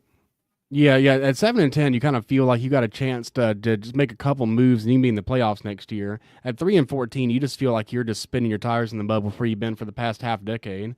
Yeah. It feels like they're going to be fighting with the Browns for the number 1 overall pick right now, and that's certainly not where you want it. That's where neither of these franchises led by Clemson quarterbacks thought they would be heading into the season. But that's where they are. How about that? But Zach, looking at the rest of the NFL schedule for this week, obviously. There's 2 or 3 games that jump out to me. I don't know if there's any that jump out to you. How about Houston at Green Bay? That intrigues me. Oh, yeah. I really like C.J. Stroud and the Texans for sure. That's a good game. I think the biggest game, the game that jumps off the page at me, Detroit at Minnesota. Ooh. That's a real fun. I would expect that to be a shootout with this being Detroit's first game without Hutchinson. I think there's going to be a lot of points scored in that game. And I think, if I remember right, I looked up the schedule. They also play because they're fighting it out in their division. I think that's going to be a hell of a fun run. They also play their second matchup because they're division foes. The final game of the regular season, if I remember right. That'll be fun, I think. Ooh, yeah. Yeah, that could be for all the marbles. Houston at Green Bay is really a pretty game on paper, I think. Detroit at Minnesota. Yeah. And what a shame. What could have been. Kansas City is at San Francisco. Too bad the 49ers are so banged up. Yeah, Super Bowl rematch. But yeah, I mean the Chiefs are kind of banged up too on offense. Yeah. It's just they've been kind of just how you doing, keeping it moving. They've been trucking along regardless. I agree. I agree. The 49ers just need to find a way to score when they get in the red zone. That's been their major issue. They just can't do that. But yeah, that I get what you mean. That's supposed to be a heavyweight showdown between the two Super Bowl champions, and it kind of just feels like a notch down from what it really should be. I'll tell you, man, I'm a broken record. I've been saying this for several weeks about the Kansas City Chiefs, but and you can file under this under the Terry. They've won a couple Super Bowls in a row, right? I marvel at the organization, the Kansas City organization. They've got a good organization, man. They see things that happen. They plug and play. They have big injuries. They go out and get somebody. They know who's out there, right? You got to know who's out there to go get somebody when you need a running back.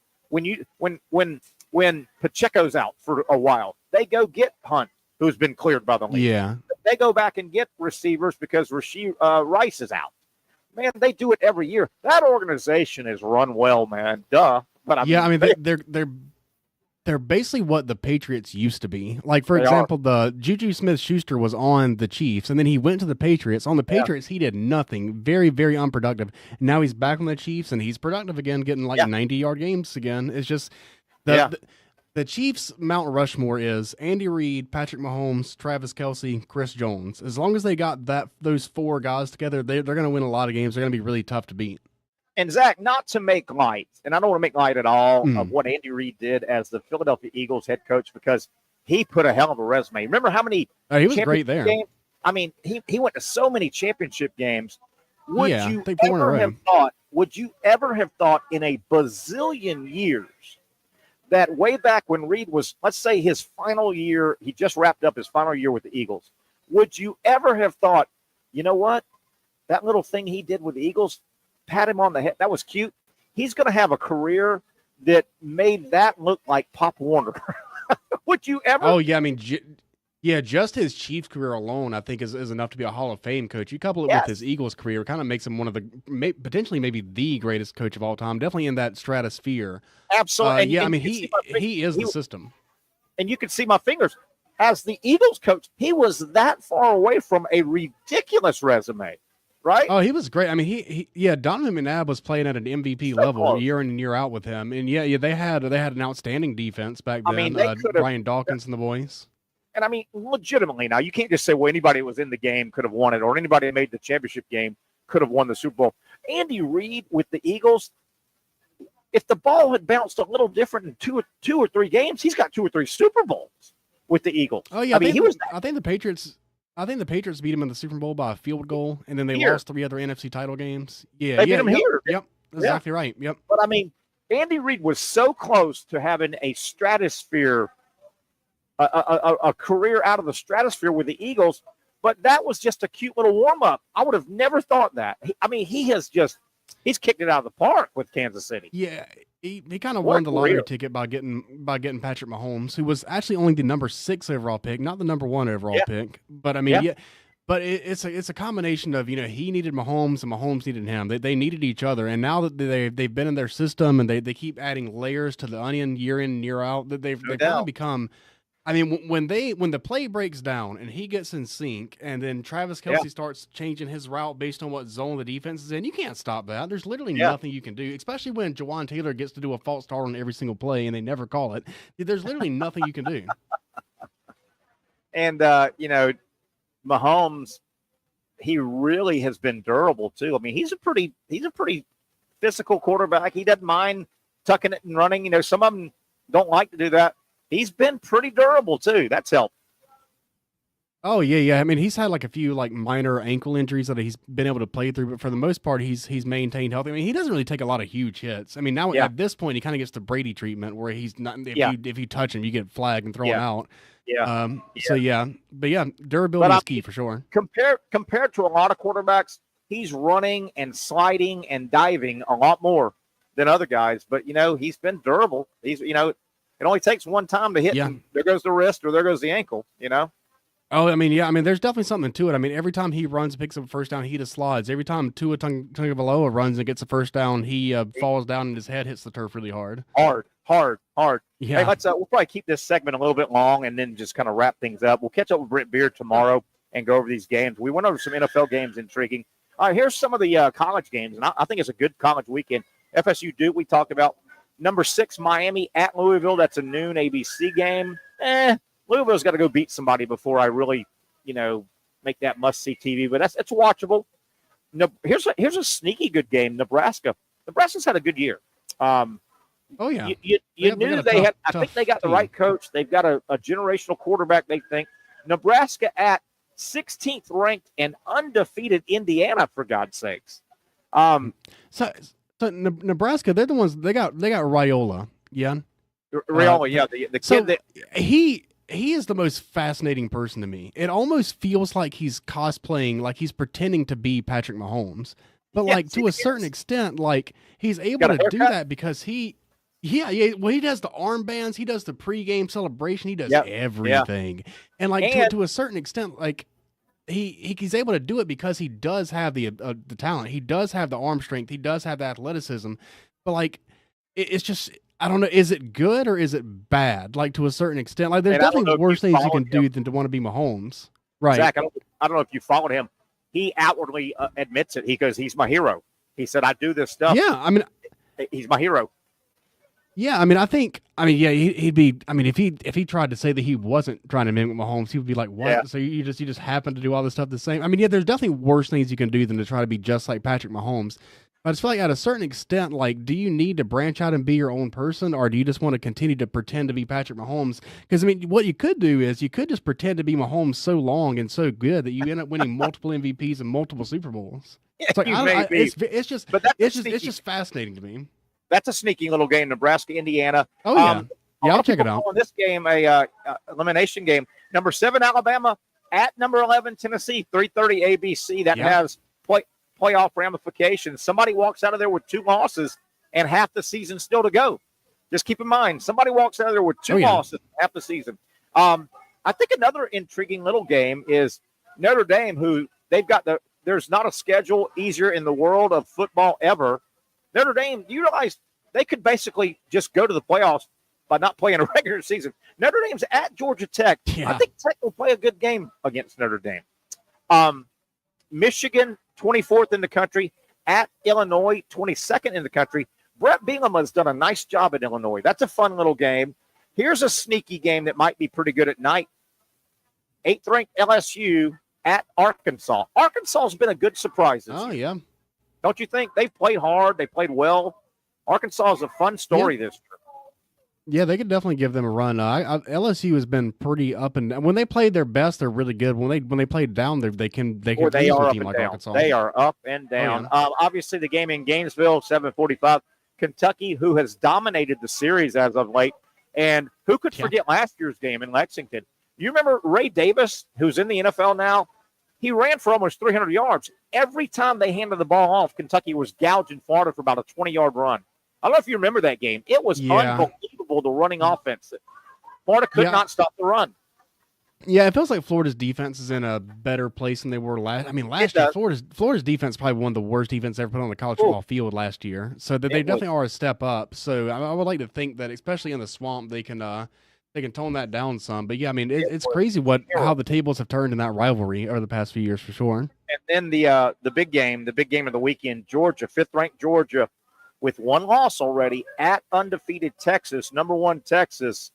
Again, it's hard to believe, but we could come out of this coming Saturday's final games. By midnight, we could come out of this Saturday with Georgia, Alabama. 2 of the 3 could have 2 losses. Yeah, the feels like it almost has to happen. And think about, I keep hearkening back the Georgia-Kentucky game. Georgia beat Kentucky 13-12. You remember the game, low-scoring game. And by the fourth quarter, Kentucky probably should have won that game. I think Kentucky, if you remember, I don't know if you watched that game, Zach. Late in the game, Kentucky probably should have won that Georgia game. Do you realize right now how big that was for Georgia? If Georgia had lost to Kentucky and they lost to Alabama, Georgia it was close. I mean, I remember. I was upset that didn't go for a 4th and 13 at the end of that game. They punted it away instead. Where I'm going with this is simple math. Do you realize had Georgia lost to Kentucky, hell, they won 13-12. Kentucky probably should have won that game. Georgia lost to Alabama. That's 2 losses. If they were to lose to Texas, that would be their 3rd loss. And it's hard to make it. It's going to be hard to make the playoffs with 3 losses. Interesting. Brent, we're going to squeeze you in here, buddy. Only got a minute or two. We can do this tomorrow, but I mean, there are some this thing's getting hot now. Georgia, if they lose Saturday, they've got 2 losses with still some losable games. Oh, yeah. Alabama, Tennessee, somebody's going to have a 2nd loss with losable games. I mean, this thing's going to get heated up quick. Yeah, it is. There's no doubt about that. And matter of fact, on your comment about Kentucky and Georgia, Terry, do you remember that Kentucky punted when they probably should have went for it on 4th down? Yes. And that would have made a huge difference in that ball game. But no question. Now, again, you got Georgia playing Ole Miss in November. So that's going to be another huge game for them. They still have Tennessee. No doubt. But listen, Terry, and you said this the other day, and I agree with you. What is going on is what the powers to be wanted is it's building every weekend, and fan bases are more on the edge of their seat than they've ever been. You can tell that by the television numbers, too. Oh, it's unbelievable. Ohio State, Oregon was off the charts the other night. I'm sorry, Brent, I think your number, and correct me, I think I asked you this week, how many programs do you legitimately think they could grab a 12 spot? And you said 35, I think. That's incredible. Yes. I don't think there's any doubt about that. And look, that was what this playoff expansion was about, that you'd have 20 to 30 teams thinking that if they had a late run, that they would make the playoffs. And maybe some, Terry, with even a 9-3 record. Absolutely. In a 9-3 record in the SEC or the Big Ten, I still think might get you in. Do you agree? Oh, I totally agree. And you know what that reminds you of, or reminds me of? And we're about to start seeing this in about 2 or 3 weeks. Yep. And the NFL loves this. It reminds me of, in about 2 or 3 weeks, when you're watching the NFL, in the hunt, NFC, and they'll list, right? They'll list, 8, 9, 10 teams in the hunt. Yes. And then they'll go to the other side and they'll say in the hunt. And if you add that up, you've got 20 teams of the 32 still in the hunt, which is good for the NFL. Well, and see, what we've got right now is we've got teams that we never thought would be in the hunt. Iowa State is in the hunt. Believe it or not, Army and Navy are in the hunt. Indiana is in the hunt. There's absolutely no question about that. So, and look, I'm not saying this is going to happen, but how crazy would it be if Vanderbilt ran the table? They're 4-2 now. You know what? I'd root for that. I would too. I would too. I agree with you on that totally. And I don't know how the bowl tie-ins are with Army and Navy, and I think they've got one bowl tied in, sort of. Yeah. But I'll tell you one thing. If Army and Navy reach a bowl, I would love to see one of them play Vanderbilt.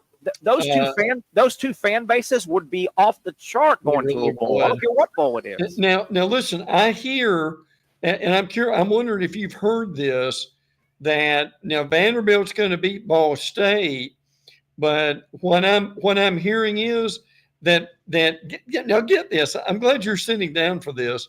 That game day maybe going to either Indiana or Vanderbilt. Oh, that's great. That is great. You know what they should do for the first time ever? Send 2 crews. Split them up. Do half. Yes. Brent, we'll let you go with this, and we'll come back. We'll only have a second or two, so we'll go over this again tomorrow. That's fine. I talked to a buddy of ours, and I'll just leave his name as Ron. Yes. And you know Ron is a sports guy and knows sports. I do. I talked to him in person today, midday, and I'm telling you, a lot of people were just as in the dark as Ron. I was talking to him before we left. I said, hey, Ron, you know FSU plays tomorrow night. He went, what? Yeah. I don't think people realize, and I know they're 1-5, but they're one of our teams. I can't wait to watch the game. I agree. I don't think anybody knows that FSU and Duke play tomorrow at 7 o'clock Friday night. And FSU is 22-0 against Duke on the field. They may be 22-1, Terry Norvelle, by the end of Friday night. How about Duke has never beat Florida State in a football game? Never. That also tells you that the head ball coach didn't play FSU while he was at Duke. That's exactly right. Yes. I don't know. Hey, good stuff, Yes. Brent. I'm glad you made it home okay. And if we can, man, I'd love to squeeze you in for a long time tomorrow. We got a lot of college ball. It's a good.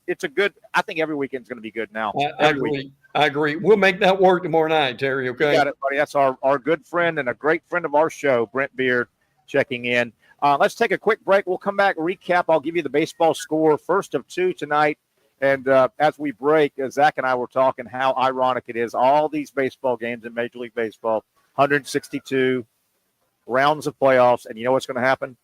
The 2 best teams are going to meet, the Yankees and the Dodgers. We'll catch you up on the score momentarily. It looks like the Yankees leading right now. We'll set it up and set up tomorrow's show. We'll get out of here. One more segment coming to you live from Slider's Oyster Bar. Finally, a family atmosphere, kid-friendly restaurant with a real sports bar feel. Rick's Jack's Beach features all of that and a large, climate-controlled covered patio with misting fans and heaters for all seasons. Mix in an extremely diverse menu that features the most quality and affordable steak at the beach, and there's no reason not to enjoy your next lunch, dinner, happy hour, or big sporting event at Rick's Jack's Beach, 300 2nd Street North in Jacksonville Beach. See you at Rick's Jack's Beach.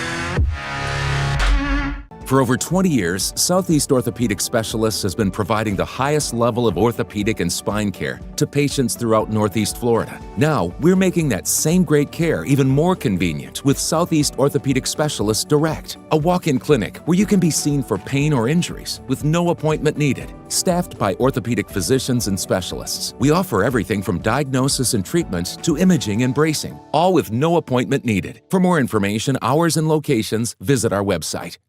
You really got to hand it to him. Hold on. The previous play is under further review. I'm not sure what he could review, but okay.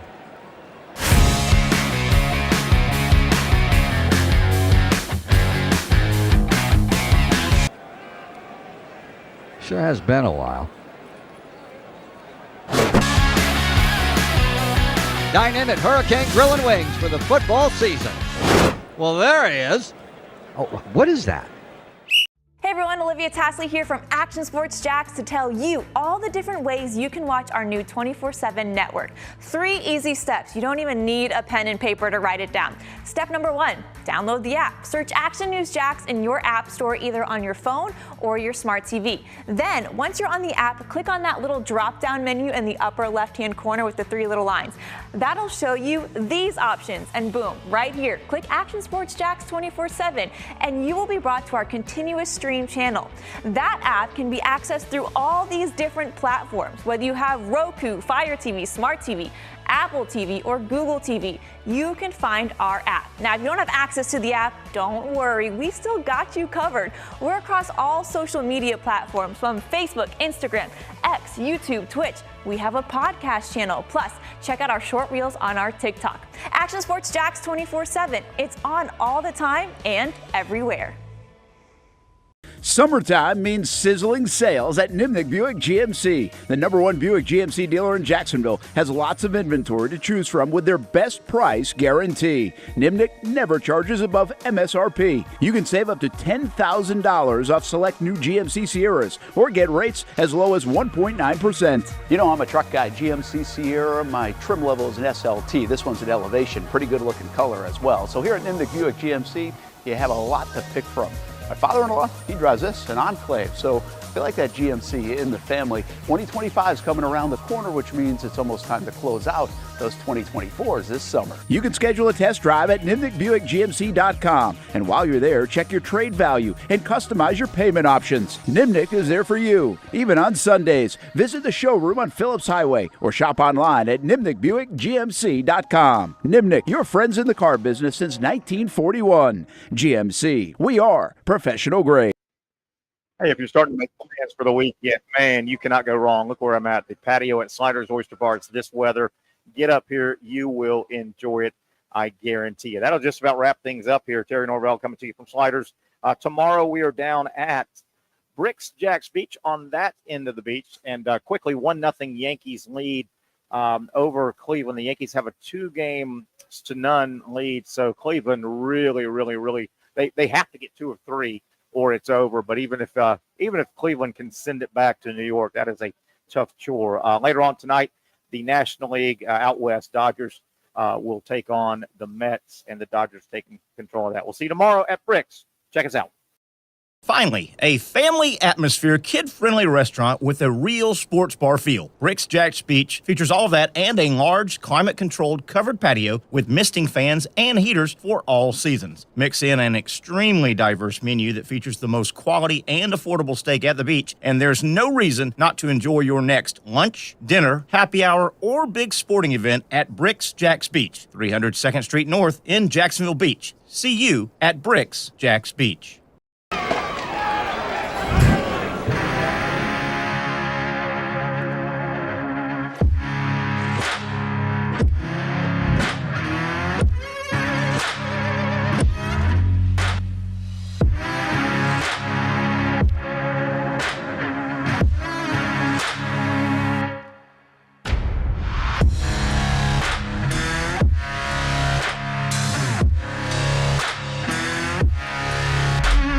For over 20 years, Southeast Orthopedic Specialists has been providing the highest level of orthopedic and spine care to patients throughout Northeast Florida. Now, we're making that same great care even more convenient with Southeast Orthopedic Specialists Direct, a walk-in clinic where you can be seen for pain or injuries with no appointment needed. Staffed by orthopedic physicians and specialists, we offer everything from diagnosis and treatment to imaging and bracing, all with no appointment needed. For more information, hours, and locations, visit our website. You really got to hand it to him. Hold on. The previous play is under further review. I'm not sure what he could review, but okay.